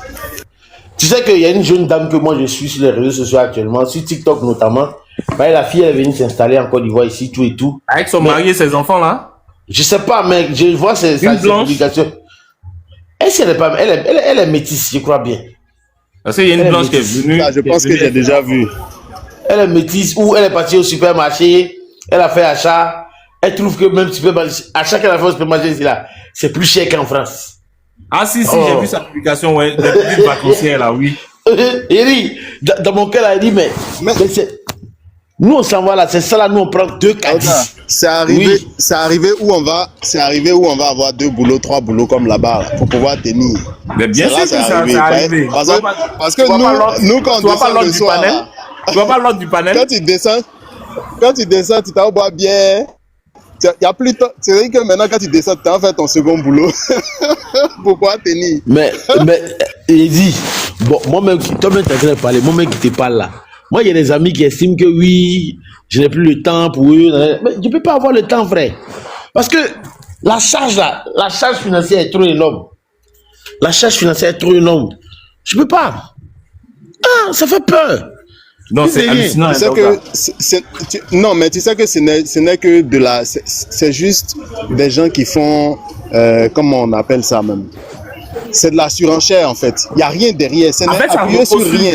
Merci. Ça ne repose sur rien. La cherté de la vie d'Abidjan, là. Ça ne repose sur rien. Surtout la bulle immobilière. Elle ne repose sur rien du tout. Mais tu sais que, en vérité, Paris retient une seule chose. Et ça, sur ce coup-là, ce n'est vraiment pas de la politique. Si Ouattara avait réussi ça, là, il nous aurait enlevé une grosse épine du pied. C'est le transfert effectif de la capitale à Yamoussoukro. Parce que si le vieux là avait réussi à mettre la capitale, je viens chérie, s'il avait mis la capitale à Yamoussoukro et que l'administration publique, c'est-à-dire que les différents ministères étaient allés s'installer à Yamoussoukro, je pense ça allait donner du travail au niveau des gens de Boaké. Ça n'allait rien changer. Non, Katé, ça allait changer. Pourquoi il dit que ça allait changer? Ça allait devenir plus grave parce qu'Abidjan là, Abidjan allait rester pour les privés, et puis les privés, maintenant, on allait se taper entre nous sur Abidjan. Daouda, il y a un poids à manger dans ton exposé. Non, mais il y a un poids à manger dedans. Hein. Si vous voulez, je peux commencer, et puis je vais aller me doucher, il revient, puis on va boire, et puis on va manger ensemble, et on va prendre le dessert même. Parce qu'il y a un poids à manger, parce que je t'explique. Vas-y, tu peux laisser la machine à Eric Katé. Voilà, la vérité, je viens, je t'explique un truc. À la vérité, là, je sais que le transfert de la capitale, c'est pas quelque chose de facile. Mais je pense qu'il faut pouvoir commencer. Parce que le plus gros problème qu'un Abidjanais a là, il y a deux gros problèmes que nous avons ici à Abidjan. Le premier problème, c'est le logement. Après le logement, vient le transport. C'est ça qui est notre plus gros problème. C'est les deux grosses poches des dépenses. Après le reste, c'est des choses qu'on peut broder. Maintenant, essaie d'argumenter avec le transfert de la capitale. Ça allait être à quel niveau? Mais justement, si la capitale avait été transférée et que l'administration publique s'était trouvée à, comment on appelle ça, à Yamoussoukro, mais quand Gbagbo, en son temps, avait dit qu'il allait transférer la capitale à Yamoussoukro, mais les gens avaient commencé à acheter les terrains à Yamoussoukro. Les gens avaient commencé à se déplacer. Forcément, Abidjan, les fonctionnaires, il y a près de 300 000 fonctionnaires. Mais 300 000 fonctionnaires là, les 300 000 fonctionnaires là, et Paris, il faut calculer, il faut mettre 10 personnes au minimum derrière chaque fonctionnaire. Donc tu as au minimum 3 millions de personnes que forcément tu allais dégager pour aller à l'intérieur du pays. Tu les dégages. Tu vas voir qu'une maison là, ça allait devenir moins cher à Abidjan. Abidjan allait se désengorger. Sérieusement. Je suis pas d'accord. Tu sais, moi, je pense que tout est dans la volonté politique et tout est dans la politique. Après, c'est mon point de vue, hein, je peux me louper. Ismo, il vit dans une plus grande ville que moi. Il pourra confirmer mes dits ou pas. Il y a le dynamisme. En fait, aujourd'hui, ce à quoi on est en train d'assister, c'est que la ville Abidjan, ou l'agglomération d'Abidjan, le grand Abidjan est devenu dynamique simplement parce que il y a eu de tellement gros investissements qui ont été faits que ça fait un appel d'air. Tous les gens, comme on dit, viennent se chercher. Ça fait un peu comme le Dubaï du coin. Émirats Arabes Unis, c'est Dubaï, la vitrine. Après, quand tu vas dans les terres, tu vois, les gars, ils vivent dans les huttes là-bas, hein, faut pas croire, hein. OK? Mais la vitrine, c'est Dubaï. Tout le monde est aspiré par la vitrine. Donc, aujourd'hui, si tu as envie de te réaliser, si tu as envie de réussir ta vie, tu viens. Maintenant, tu as parlé des fonctionnaires. Mais, Daouda, autour de nous, quand nous, on cause sans manquer de respect à qui que ce soit, honnêtement, je pense même pas être mieux que certains. Mais je veux dire que quand on se retrouve dans nos gasoils, quand on se retrouve en ville, quand on se retrouve dans les bois verts, au Mandjaro, au Padrino, au Noum, au Novo, tout ce que tu veux, on prend nos coins, nos endroits où on va là. On croise combien de fonctionnaires là-bas? Mais Paris, en fait, tu te plantes royalement en fait. Non, ma question reste posée, hein. On les croise où? C'est pas parce que le gars te dit pas à quel niveau? Non, attends, c'est pas parce que le gars il te dit pas qu'il est fonctionnaire qu'il n'est pas fonctionnaire. Hein. Non, il n'a pas besoin de dire. De toute façon, il est blessé, il peut pas arriver là-bas en fait. Non, faut laisser ça là. Ton affaire de blessé, dis pas là, faut laisser, laisse. Faut laisser ça là même. Non, Daouda, tu confonds beaucoup de choses. Hein. C'est parce que peut-être il a Abidjan, il gère un mouvement qu'il a un peu de pièces. Sinon, normalement, sa condition de vie ne peut pas l'emmener là-bas. Faut pas discuter avec Daouda qui lui Il y a à boire et à manger. Il y a à boire et à manger effectivement dans ce sujet parce que Paris, en fait, je suis d'accord avec vous deux. Maintenant, à partir du moment où le fonctionnaire peut se permettre d'arriver là-bas, qu'est-ce qu'il fait pour arriver là-bas? Mais ça. Qu'est-ce qu'il fait? Mais c'est le Abidjan, là, l'environnement d'Abidjan qui lui permet de faire ça. C'est pas à la portée, voilà, c'est pas à la portée normalement de son salaire. Tout à fait. Maintenant, il fait quoi pour arriver là-bas? De quoi tu parles, Eric Adel? Des gens qui sont enseignants. Les ministres, les directeurs qui ont des maisons à Assini là, c'est pas des fonctionnaires? Non, c'est pas de ceux-là que je parle, Daouda. Moi, je suis sur la base. Au-delà de, mais même ceux-là, hein, Daouda, même ceux-là, parce que des sorties où tu vas aller dépenser 800, 900, 2, 3 millions, même eux là, je pense que si on veut se limiter à leur salaire, même leurs en plus de leurs avantages, c'est trop. C'est trop. Eric Hatter, il y a des gens qui ont eu le nez creux. Il y a beaucoup de fonctionnaires aujourd'hui à Abidjan qui font de l'argent. Hein. Il y a des fonctionnaires qui sont dans beaucoup de choses. Hein. Et c'est même pas de la corruption. Hein. Comme quoi, le Mac? Moi, j'ai vu des fonctionnaires qui sont... Marc, il te demande pardon. Hein? Vraiment, le sujet des fonctionnaires, là, on aura laissé. Pardon. Oui, mais toi, tu es concerné. C'est pour ça que tu ne veux pas connaître. Non, on aura laissé. Parlons d'autre chose, c'est mieux. On a qu'à parler de nos maisons chères, c'est mieux. Faut parler de vos maisons, parce que, papa, moi, je te dis ça clair, Abidjan ici, là. Il y a des fonctionnaires, là, qui touchent, hein. Il n'y a pas de dire. Oui, mais Daouda, c'est des magaïens. C'est pas magaïen même. Daouda, moi, c'est des gens qui sont obligés de faire du surplus. Franchement, on connaît les grilles de salaire de la fonction publique, Daouda. Okay. On connaît les salaires les plus élevés, généralement. Ok, Eric Hatter. Je vais te poser une question. Et puis, c'est deux, trois questions même. Tu connais les salaires, on est d'accord. Maintenant, est-ce que tu connais les primes? Quand tu vois les enseignants en train de se battre, on dirait, ils sont prêts à tuer père et mère là. 1 million de primes par trimestre, allons-y, validons ça même. Non, 1 million c'est petit. D'accord, 3 millions si tu veux par trimestre, validons ça. Pour certains c'est petit. C'est petit pour qui? Pour certains c'est petit. Fonction? Parce que les impôts par exemple, là, c'est pas les petits gars là, ils n'ont pas 1 million pour les trimestres. Tu sais qu'en vérité, regarde, prenons les impôts là. La prime, l'impôt budget, la prime est payée à l'indice. C'est à l'indice. Donc, ça dit que, imagine-toi, un chauffeur est capable de te prendre 1,5 million, tranquille. Donc, si le chauffeur prend 1,5 million, il est de grade peut-être D. Papa, j'ai dit, je n'ai pas envie de parler de ça. Ça là, c'est un sujet tabou. Faut laisser ça là. Bon, je n'ai jamais su que l'administration donnait. C'est pour ça que d'ailleurs, même dans ma vie, je ne me suis jamais intéressé au métier de l'administration. Hey, papa, faut laisser ça là. Hein. Faut laisser ça là. Le nombre de fonctionnaires qui ont immeuble à bien ici là. C'est à cause de quand les gars là. Eric, on n'aura pas d'autre chose. On n'aura pas d'autre chose. Laisse ça. C'est mieux si on va dire c'est sur le panel de Daouda. On dit que c'est sur mon panel que j'ai entendu ça. Vraiment, on n'aura pas d'autre chose. Moi, j'ai jamais su ça. Honnêtement, j'ai pensé que c'était. Mais en tout cas, pour les plus nombreux, ceux qu'on connaît, les professeurs, les éducateurs, les instituteurs, même les infirmiers, les trucs là. C'est des gens aujourd'hui. Avant, tout le monde voulait venir à Abidjan, mais c'est des gens aujourd'hui, quand on les affecte à Abidjan, les gars cherchent réseau pour retourner à l'intérieur. Hein.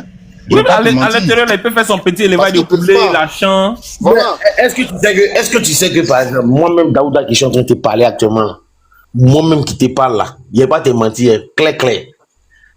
Moi-même, j'ai envie d'arrêter la télé pour aller m'asseoir à l'intérieur du pays. Parce que Abidjan me touche.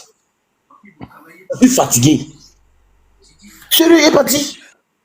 J'ai envie d'aller m'asseoir à Boaké, vivre ma vie, peinard, quoi. Tu vois, traîner tranquillement. Je dors, je me réveille à 7 h, je vais au travail. J'ai besoin de 10 minutes pour arriver au travail. J'ai fini, je rentre chez moi. Abidjan. Quelle ville de l'intérieur, ça 10 000 pour aller au travail? À l'intérieur, 10 000, c'est pour le mois. C'est ton carburant du mois? 10 minutes. 10 minutes. Et je dis, comment j'étais à San Pedro, les gars, je me lève, je commençais à 8 h. Je me lève à 7 h 30. J'ai le temps de faire tout ce que je veux. Je démarre à 8h moins 5. À 8h, je suis au boulot. À midi, je descends. Je mange. J'ai le temps de me taper une petite sieste en attendant 14h30. Souvent même, je fais un petit coup même. Si j'ai un élément sous la main, je mogo un peu. Et puis, j'ai fini, je retourne au boulot. J'ai vu sa femme dans les commentaires. Dieu merci. Je mogo un peu. J'ai fini, je retourne au boulot. 17h, j'ai fini, je rentre à la maison. Ça, c'est pas le À paradis. 17h30, là. C'est pas le paradis. Je te jure, je vais rester à la plage. Puisque la plage est en ville, je vais rester à la plage. Je finis, je rentre. C'est-à-dire que je n'avais aucun stress. Pas de rides. Tu es léger. Parce que tu n'es pas pressé. Et Abidjan, au moment où je partais d'Abidjan, j'étais dans la zone portuaire. Mais j'étais obligé de me lever à 4h30. Parce que embouteillage de gros camions du port là. Tu te lèves à 4h30. Eric, tiens-toi bien. Est-ce que tu sais que le matin, quand moi je me réveille là, imagine-toi, comment tu imagines que j'arrive à faire 2 heures de panel? 2 heures de panel. C'est-à-dire que parce que je me tape 2 heures d'embouteillage. C'est la distance Abidjan-Yamoussoukro. Que je me tape tous les jours sur une distance à tout casser 15-16 km. Mais c'est infernal. C'est infernal. Il dit me lever à 4h30. On arrive. Tout le monde avait des véhicules, hein, mais on est obligé de laisser les véhicules et puis prendre des sortes de louer des cars de ramassage pour nous récupérer. Le car commence à 4h30. Il récupère les gens jusqu'à... Moi, j'étais le dernier pratiquement qu'on récupérait vers 6h moins par là. Mais je te dis, on rentre dans le port. Malgré ça, on arrive vers 7h20, 7h. Le soir, même pas à coup. À partir de 17h, 16h30, 17h, on reprend le car. Mais on arrive à la maison à 20h, 21h. Mais c'est quoi ça? Il dit, mais c'est pas une vie. Donc, quand je suis arrivé à San Pedro, non, mais faut laisser. L'après-midi, je suis tranquille. Je vais à la maison, je mange, je fais ce que j'ai à faire. Après, je repars au boulot. 3 heures plus tard, je suis descendu. Il n'y a pas d'embouteillage. Tout est open. Tu rentres, tu vas à la plage, tu fais tout ce que tu veux. Tu as le temps d'aller faire du sport, tu as le temps d'aller faire des balades. Tu peux faire... Non. Abidjan, on vit pas, hein. L'autre temps, là. Ah, surtout que là-bas, c'est une ville où il y a de très, très belles jeunes dames.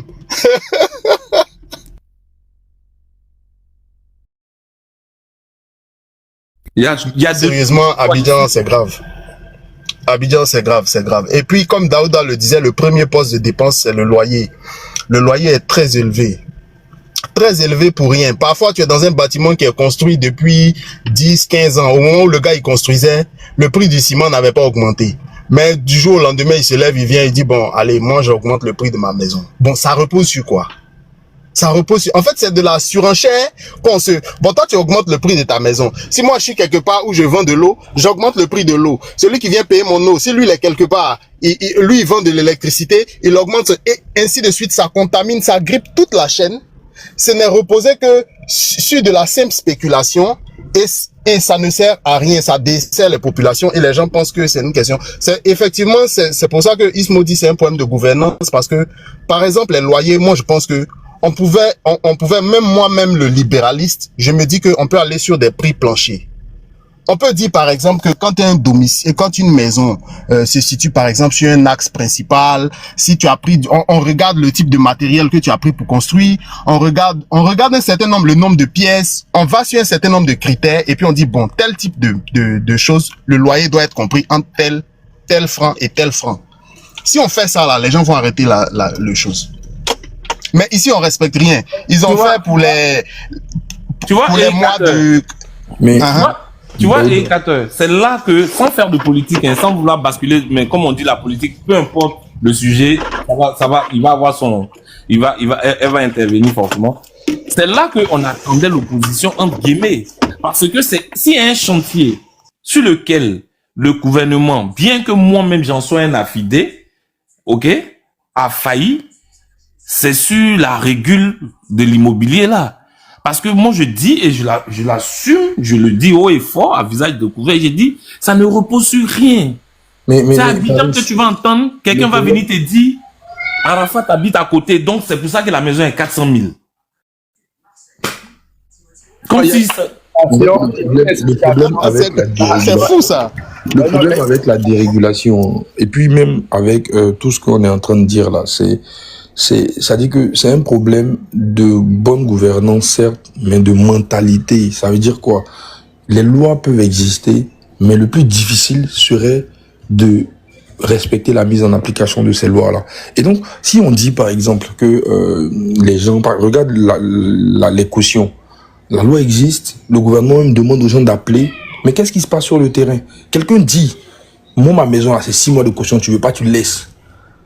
Mais les gens se courent tellement derrière les maisons dans ces zones-là que eux-mêmes sont prêts à payer. Parfois, le propriétaire de maison, et si vous connaissez des gens qui sont à l'extérieur ou quoi, qui ont construit des maisons en Côte d'Ivoire, il dit, ma maison, je veux la louer à 200 000. Il y a un démarcheur qui vient et qui dit, moi, là, je veux que tu me confies ta maison. Ça, là, il fait ça à 250 000. Et puis, la maison devient 250 000, 300 000. Alors que le propriétaire, lui, s'attendait à recevoir 200 000.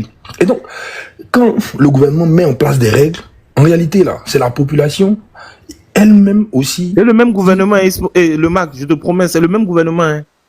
Parce que je t'explique un truc tout simple. Je suis d'accord. C'est le même gouvernement. Parce que dans la déclaration fiscale de ce dernier-là, qui a son bien là, déjà, la plupart du temps, ce n'est même pas constitué en SCI. OK? Donc, il paye même pas d'impôt sur le bien en question, pour la quasi-totalité du temps. Et ce qui se passe, c'est que tu ne peux pas, si tu fixes une maison à 250 000, normalement, enfin, je veux pas dire si t'es liasse fiscale, mais je veux dire si ta déclaration d'impôt, ça va se voir, ça va se savoir. Même si considérons que si ta déclaration d'impôt, ça se voit. Mais dans tous les cas, une maison qui était censée être louée à 200 000, qui est louée à 250 000, c'est vrai, tu vas payer un peu plus d'impôts, mais tu vas gagner plus. Mais le problème, c'est parce que même au final, ils payent pas plus d'impôts. Non, au final même c'est ça en fait. Non, au final même là, parfois les gars payent plus d'impôts parce que en fait les enquêtes que l'impôt fait là sont très minutieux. Hein. Ça veut dire que parfois là, ils vont même faire les enquêtes là jusqu'au niveau des locataires. Maintenant, on peut dire que après là, parce que ils font tout pour connaître le vrai prix des loyers. Ils font tout ça seulement là. Ça dit que même si tu as triché 1 an, 2 ans, la 3e année là, tu vas payer pour depuis le départ. Donc ça, c'est pas quelque chose. Mais en réalité, ce qu'on est en train de dire, c'est quoi? C'est que le prix du loyer est fixé d'avance, mais c'est la population elle-même. Parfois, c'est les locataires eux-mêmes qui viennent, qui disent que t'inquiète pas, moi, je vais te donner 250 000 pour la maison. Là, tu dis, quelqu'un a déjà pris, non, moi, je te donne 250 000 et je te donne 4 mois de caution. Ça, c'est des choses qui existent. Ou bien, une femme qui va à ticket, là, elle vend son ticket moins cher, etc. Une autre qui vient, qui commence à vendre cher, et puis 2-3 personnes commencent à partir là-bas et tout. Automatiquement, là, celle qui est à côté va se dire, mais c'est quand tu vends cher, là, c'est là qu'on te prend au sérieux. Et c'est comme ça que les prix augmentent. Parce qu'il faut dire que c'est dans la nature de nous, Africains, Noirs, etc., de paraître dans l'élite. C'est-à-dire qu'on n'est même pas dans l'élite. Exactement. On peut faire paraître, en fait. On peut faire paraître. Et ça, là, c'est même pas une question de gouvernement. C'est-à-dire que le matu-jus, là, est devenu une coutume en Côte d'Ivoire surtout, et en Afrique de façon générale, mais en Côte d'Ivoire surtout. Donc les gens vivent moi j'ai discuté avec quelqu'un qui travaille à la Banque mondiale, mais qui veut forcément rentrer en Côte d'Ivoire, etc. Et après la discussion, on a réfléchi, on se rend compte que 1 500 000 n'est rien en Côte d'Ivoire, alors que tu peux pas gagner, en tout cas, ce qu'on lui propose. C'est 2300 € quoi. 2300 €, c'est un salaire de 2300 €. Non, mais tu sais que, en fait, je vais vous dire un truc qui va vous sembler bizarre. Mais, Marc, regardez là comme moi. Sérieusement, hein, je suis pas loin de 1, 2, 1, 5 le mois. Mais Joe, j'ai peine à boucler mon mois. Hein. Mais Daouda, alors qu'avant, là, les gens qui touchaient ça... Ok, tu vis très bien tout en vivant modestement. Modestement. Mais, c'est-à-dire que tu fais même pas le fou, hein. Et puis, ce que je disais à la personne, c'est quoi? C'est que, c'est vrai, tu as dit que non, tu travailles ici, tu touches un bon salaire, mais tu veux forcément rentrer parce que tu es une femme, tu ne trouves pas de mari ici. Mais tu vas rentrer en Côte d'Ivoire, considérons. Tu rentres en Côte d'Ivoire pour 1 500 000. Tu as déjà une maison, tu payes pas de maison parce que tu as déjà une maison à Bingerville. Mais de Bingerville à là où tu vas aller travailler là, tu sais que tu vas mettre 2 heures de trajet, non? Alors que tu te plains de 30 minutes de trajet Washington, là où tu habites. Tu vois que déjà, ça fait la première difficulté. La deuxième difficulté, c'est que ta voiture, là, que tu as ici, là, quand tu vas rentrer avec ça à Abidjan, en 2, 3, 4 ans, quand tu vas vouloir la changer, là, tu n'auras plus le même, c'est-à-dire que le même pouvoir d'achat d'acheter une autre Mercedes. Tu n'auras plus le même pouvoir d'achat pour acheter une autre Mercedes. Les voyages que tu te permettais, là, tu pourras plus te les permettre. Et mieux encore, ta qualité de vie va baisser parce que la maison dans laquelle tu vis, c'est vrai, c'est ta maison, mais tu vois comment, je vais dire, les gens, c'est pas, tu vois, donc, en fait, il y a un certain nombre de choses que les gens doivent se mettre en tête. En Côte d'Ivoire, là, pour moins de qualité, on achète beaucoup plus cher. Et c'est ce qui est dommage, c'est ce qui donne pas envie à des gens de rentrer parce que 1,5 million Daouda, c'est beaucoup, c'est bien normalement. Non, pour la qualité, le Mac. Mais pourquoi les gens n'arrivent plus à vivre le avec? Mac, pour la qualité, il y a la qualité. OK? Le souci, j'insiste là-dessus encore, c'est la base, c'est la dérégulation, comme tu as dit là. C'est-à-dire qu'aujourd'hui, tu vas voir un bel édifice, hein, un bel appart, ou bien une belle maison, c'est qu'on appelle communément villa là-bas, hein, un beau pavillon, une belle maison, et puis, en mitoyen, c'est-à-dire à côté, tu as les villas en sachet. OK? Du coup, tu comprends pas, tu dis, mais attends, je suis en insécurité, donc non, ne t'inquiète pas, c'est les gars qui sont sur l'autre chantier, là, comme ils sont sur un chantier pas loin, ils habitent là en même temps. Non, justement, vous m'avez fixé le prix du loyer à pratiquement 600 000 parce qu'on serait d'un quartier tip-top. Mais c'est pas pour me retrouver avec des voisins qui ont des villas en sachet, quoi.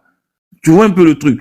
Et, Non, mais Paris, s'il te plaît, je veux réagir parce que le truc de loyer, en fait, moi, je suis en bas et puis je vois les libéraux faire le chemin de Damas. Ça me fait rire, mais bon, il va m'éprouver. En fait, le truc de loyer, là, comme tu l'as dit, Paris, ça ne repose sur rien, en fait. Parce que moi, j'ai 2 ou 3 expériences dedans, j'espère qu'on m'entend. Ouais, donc tu as fini ton rapport? Ouais, j'ai fini. Ok, donc on t'entend mieux là, pour le coup. Voilà, j'ai pas terminé, mais ça chauffe ma tête, j'aime pas les chiffres. Enfin, bref. Donc, en fait, de ce que je sais, hein, dans la zone où j'habitais, où j'habite, du coup, en gré 8e tranche, vers le coin de Permis, là. Eric connaît puisqu'il habite à Bonomé. Dans toute la zone, là, moi, je suis arrivé là-bas en 2017. Dans toute la zone, tu pourrais avoir des 2 pièces à 120 000. Je prends un exemple, pas tu que beaucoup compreniez. Tu peux avoir des 2 pièces à 120 000, à 110 000 même. Tu peux en avoir. 2 pièces, comme ça. Salon, cuisine. Voilà. Un matin okay. comme ça. Voilà. Un matin comme ça, les propriétaires, ils ont complètement arrêté ça et les studios sont montés à 100 000. Donc moi, puisque je suis dans le quartier depuis 2017, donc je demande à mon proprio, mais en fait, il y a plus de maisons de ce prix-là parce que souvent, il y a des amis qui cherchent même dans le coin. Ils disent donc que, en fait, quand bien même eux, ils veulent diminuer un peu le prix des maisons, les agents, je sais pas si c'est des impôts, mais je sais pas de quoi de foncier, ils leur disent que dans ce quartier-là, nous, on pense qu'il y a un tel standard, donc le prix auquel tu fais les maisons, là, ça ne nous, en fait, ça ne convient pas au standard du quartier. Donc, même si tu fais, ça veut dire que même si tu fais ce prix-là, tu vas quand même payer le même baromètre d'impôts que les gens qui font un prix plus élevé. Ok, d'accord. Ok, ça, je savais pas. Donc, en fait, le gars, là, ça dit, même s'il veut faire parce que, là, moi, j'étais là. Franchement, c'était pas cher. Bon, j'ai pas dit les prix, mais genre, c'était 2 pièces. C'était très abordable, en fait. Mais depuis, moi, je suis là-bas, tous les 2 pièces qu'on suivi, c'est que les studios qui sont à 100 000 francs minimum, dans la zone d'Angré, Coco Vico et tout. Si tu as trouvé un studio à 80 000, c'est que c'est un KGB, mais c'est une chambre de bonne. Donc, je pense que dans l'équation aussi, il y a aussi le fait que, voilà, non, attends, je finis, Eric. Il y a aussi le fait que, comme tu l'as dit, en fait, ça ne repose sur rien. Les gens vont te dire que, ici, là, des Bordeaux habitent ici, donc il n'y a pas, bah oui, et puis, tu te balances le truc, quoi. Il n'y a pas 2 pièces 120 000.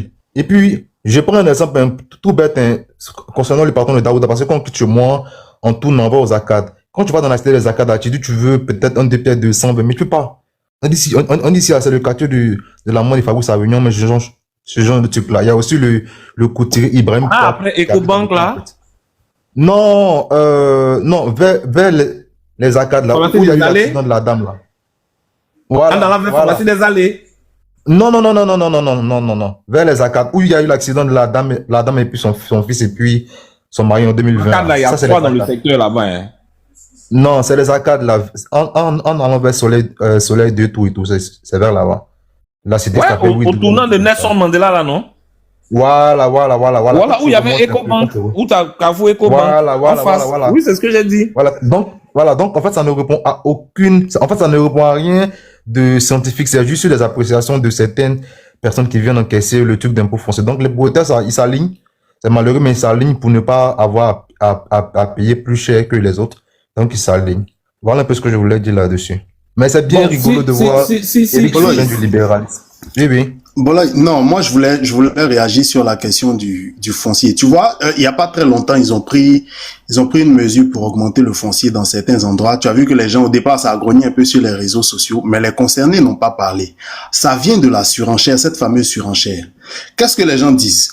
Nous, on a un prix qu'on a fixé pour le foncier. Et toi, tu te lèves ton terrain en question. Tu dis que un terrain, bon, banal, bon, c'est bien situé, c'est dans un bon quartier d'Abidjan. Tu vends le terrain, les 600 mètres carrés ou 800 mètres carrés, tu vends ça à 700 millions. L'État dit, mais il faut que moi je puisse indexer mes impôts au prix que toi tu touches. Donc les gens ont augmenté. On dit, bon, soit si vous faites de la spéculation, que vous augmentez le coût. 8 mois comme avant, tu vois. Mais aussi, faut dire que c'est respecté parce que les garanties ont changé. Avant, là, on donnait maison aux gens sans demander des bulletins de salaire, sans demander... Oui, effectivement, maintenant, de plus en plus, ils demandent des garanties. Aujourd'hui, de plus en plus, les gens demandent des garanties. Et c'est ça que les gens doivent comprendre. Lorsqu'une économie se modernise, là, hein, les garanties, les choses se modernisent. Aujourd'hui, là, les fonctionnaires, ils ont un truc qu'ils peuvent prendre sur leur portail pour dire qu'ils sont fonctionnaires, etc. On leur donne une maison. Ceux qui sont dans l'administration privée, on leur donne une maison moyennant des fiches de salaire, des trucs, et puis certaines garanties. Ceux qui sont dans des commerçants, etc., ils doivent prouver d'une autre manière. Donc, en fait, les garanties sont en train de changer. Et tout ça contribue justement à donner confiance aux partis, tu vois, non? Donc, ça peut permettre de baisser. Parce qu'il faut dire aussi qu'avant, les propriétaires de maison perdaient de l'argent. Tu donnes ton loyer à quelqu'un, ton maison à quelqu'un, pendant 3-4 mois, il ne paye pas. Moi, j'ai vu ça. 5-6 mois, il ne paye pas. Et puis, quand il sort, là, il ne rembourse pas ta dette. Il sort de la maison sans payer. C'est lui l'enfant guerrier. Et c'est ce qui se passait. Ça ne va nulle part. C'est-à-dire que tu fais la procédure même est tellement longue. Parfois même là, ça ne va nulle part. Il sort avec 6 mois, 7 mois, 8 mois de dette. Moi, j'ai vu des gens même qui nous ont dit, on ne paye pas votre maison tant que même l'élection n'est pas finie. Il était dit qu'il y a des histoires là. Quand les gens racontent, tu vois, tu te dis que c'est faux tant que tu ne l'as pas vécu. Mais de base, expulser, c'est très encadré. Hein. C'est très encadré. Donc, de janvier 2010 jusqu'en 2011, je connais un gars qui n'a pas payé le loyer, alors qu'il a les moyens et il était proche du pouvoir de Gbagbo travailler à la RTI.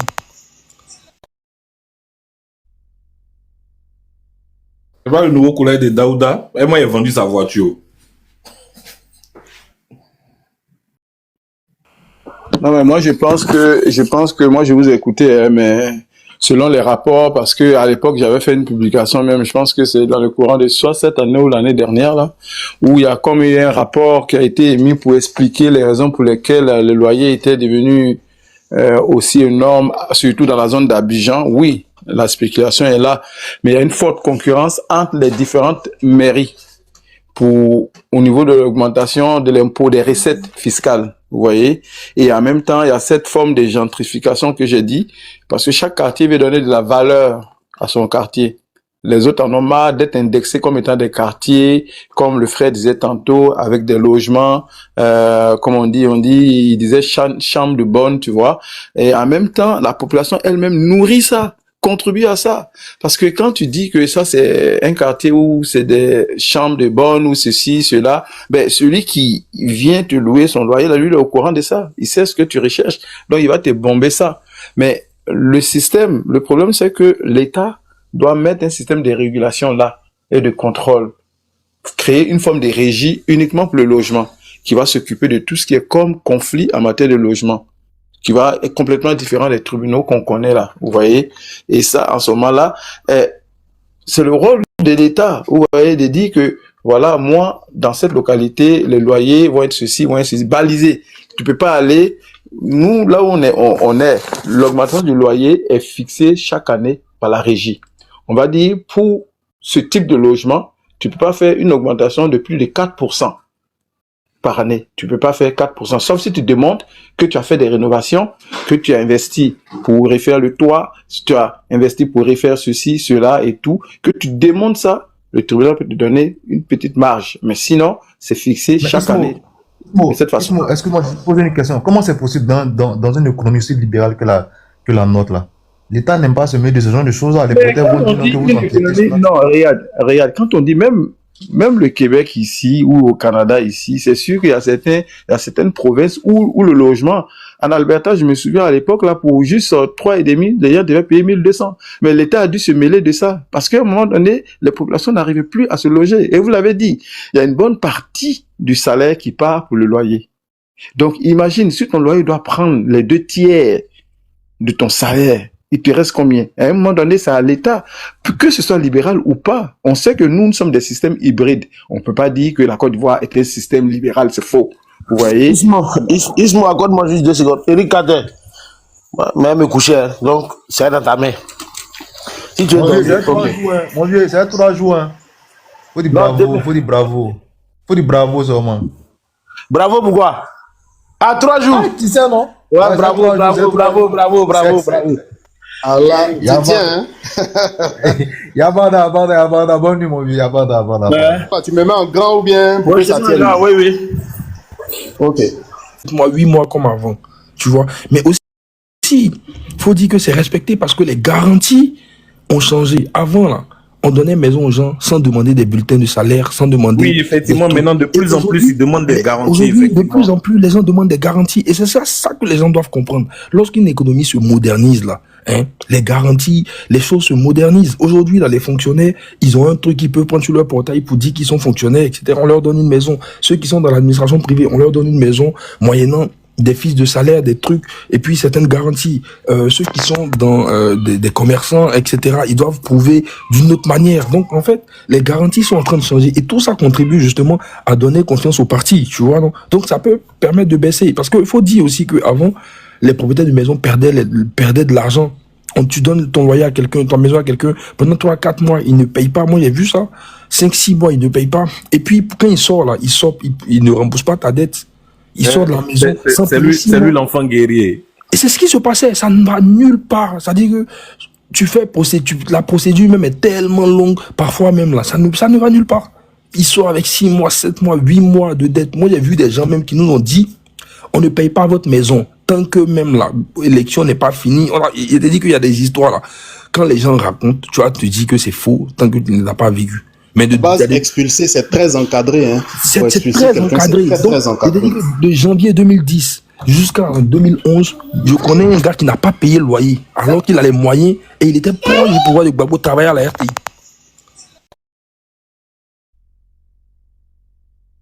C'est pas le nouveau collègue de Daouda. Et moi, il a vendu sa voiture. Non, mais moi, je pense que moi, je vous ai écouté, hein, mais selon les rapports, parce que à l'époque, j'avais fait une publication même, je pense que c'est dans le courant de soit cette année ou l'année dernière, là, où il y a comme eu un rapport qui a été émis pour expliquer les raisons pour lesquelles le loyer était devenu aussi énorme, surtout dans la zone d'Abidjan. Oui, la spéculation est là, mais il y a une forte concurrence entre les différentes mairies au niveau de l'augmentation de l'impôt des recettes fiscales, vous voyez.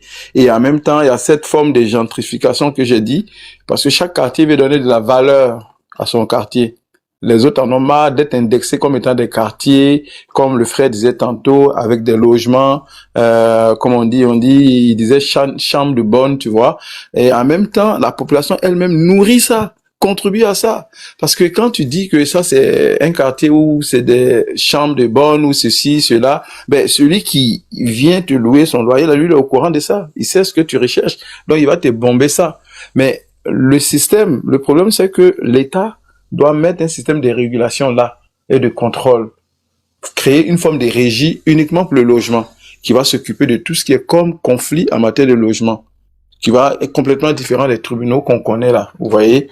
Et ça, en ce moment-là, c'est le rôle de l'État, vous voyez, de dire que, voilà, moi, dans cette localité, les loyers vont être ceci, balisés.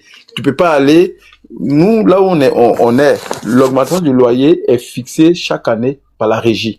On va dire, pour ce type de logement, tu peux pas faire une augmentation de plus de 4%. Par année. Tu peux pas faire 4%, sauf si tu demandes que tu as fait des rénovations, que tu as investi pour refaire le toit, si tu as investi pour refaire ceci, cela et tout, que tu demandes ça, le tribunal peut te donner une petite marge. Mais sinon, c'est fixé chaque année. De cette façon. Est-ce que moi, je vais te poser une question? Comment c'est possible dans une économie aussi libérale que la nôtre, là? L'État n'aime pas se mêler de ce genre de choses-là. Les prêteurs vont dire que vous enquêtez. Non, regarde, quand on dit même le Québec ici ou au Canada ici, c'est sûr qu'il y a certaines provinces où le logement, en Alberta, je me souviens à l'époque, là, pour juste 3,5, d'ailleurs, devait payer 1200. Mais l'État a dû se mêler de ça. Parce qu'à un moment donné, les populations n'arrivaient plus à se loger. Et vous l'avez dit, il y a une bonne partie du salaire qui part pour le loyer. Donc, imagine, si ton loyer doit prendre les 2 tiers de ton salaire, il te reste combien? À un moment donné, c'est à l'État.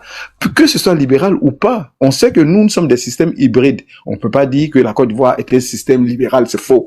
Vous voyez? Ismo, accorde-moi juste 2 secondes. Eric Carter, même me coucher, hein. Donc, c'est dans ta main. Si tu es Mon dans vieux, c'est 3 jours, hein. Mon vieux, c'est 3 jours, hein. Faut dire bravo, faut dire bravo. Faut dire bravo seulement.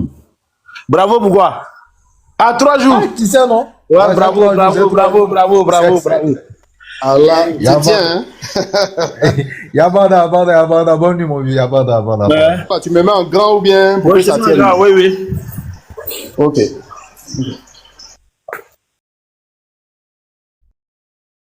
Faites-nous savoir ce que vous en pensez en laissant un commentaire.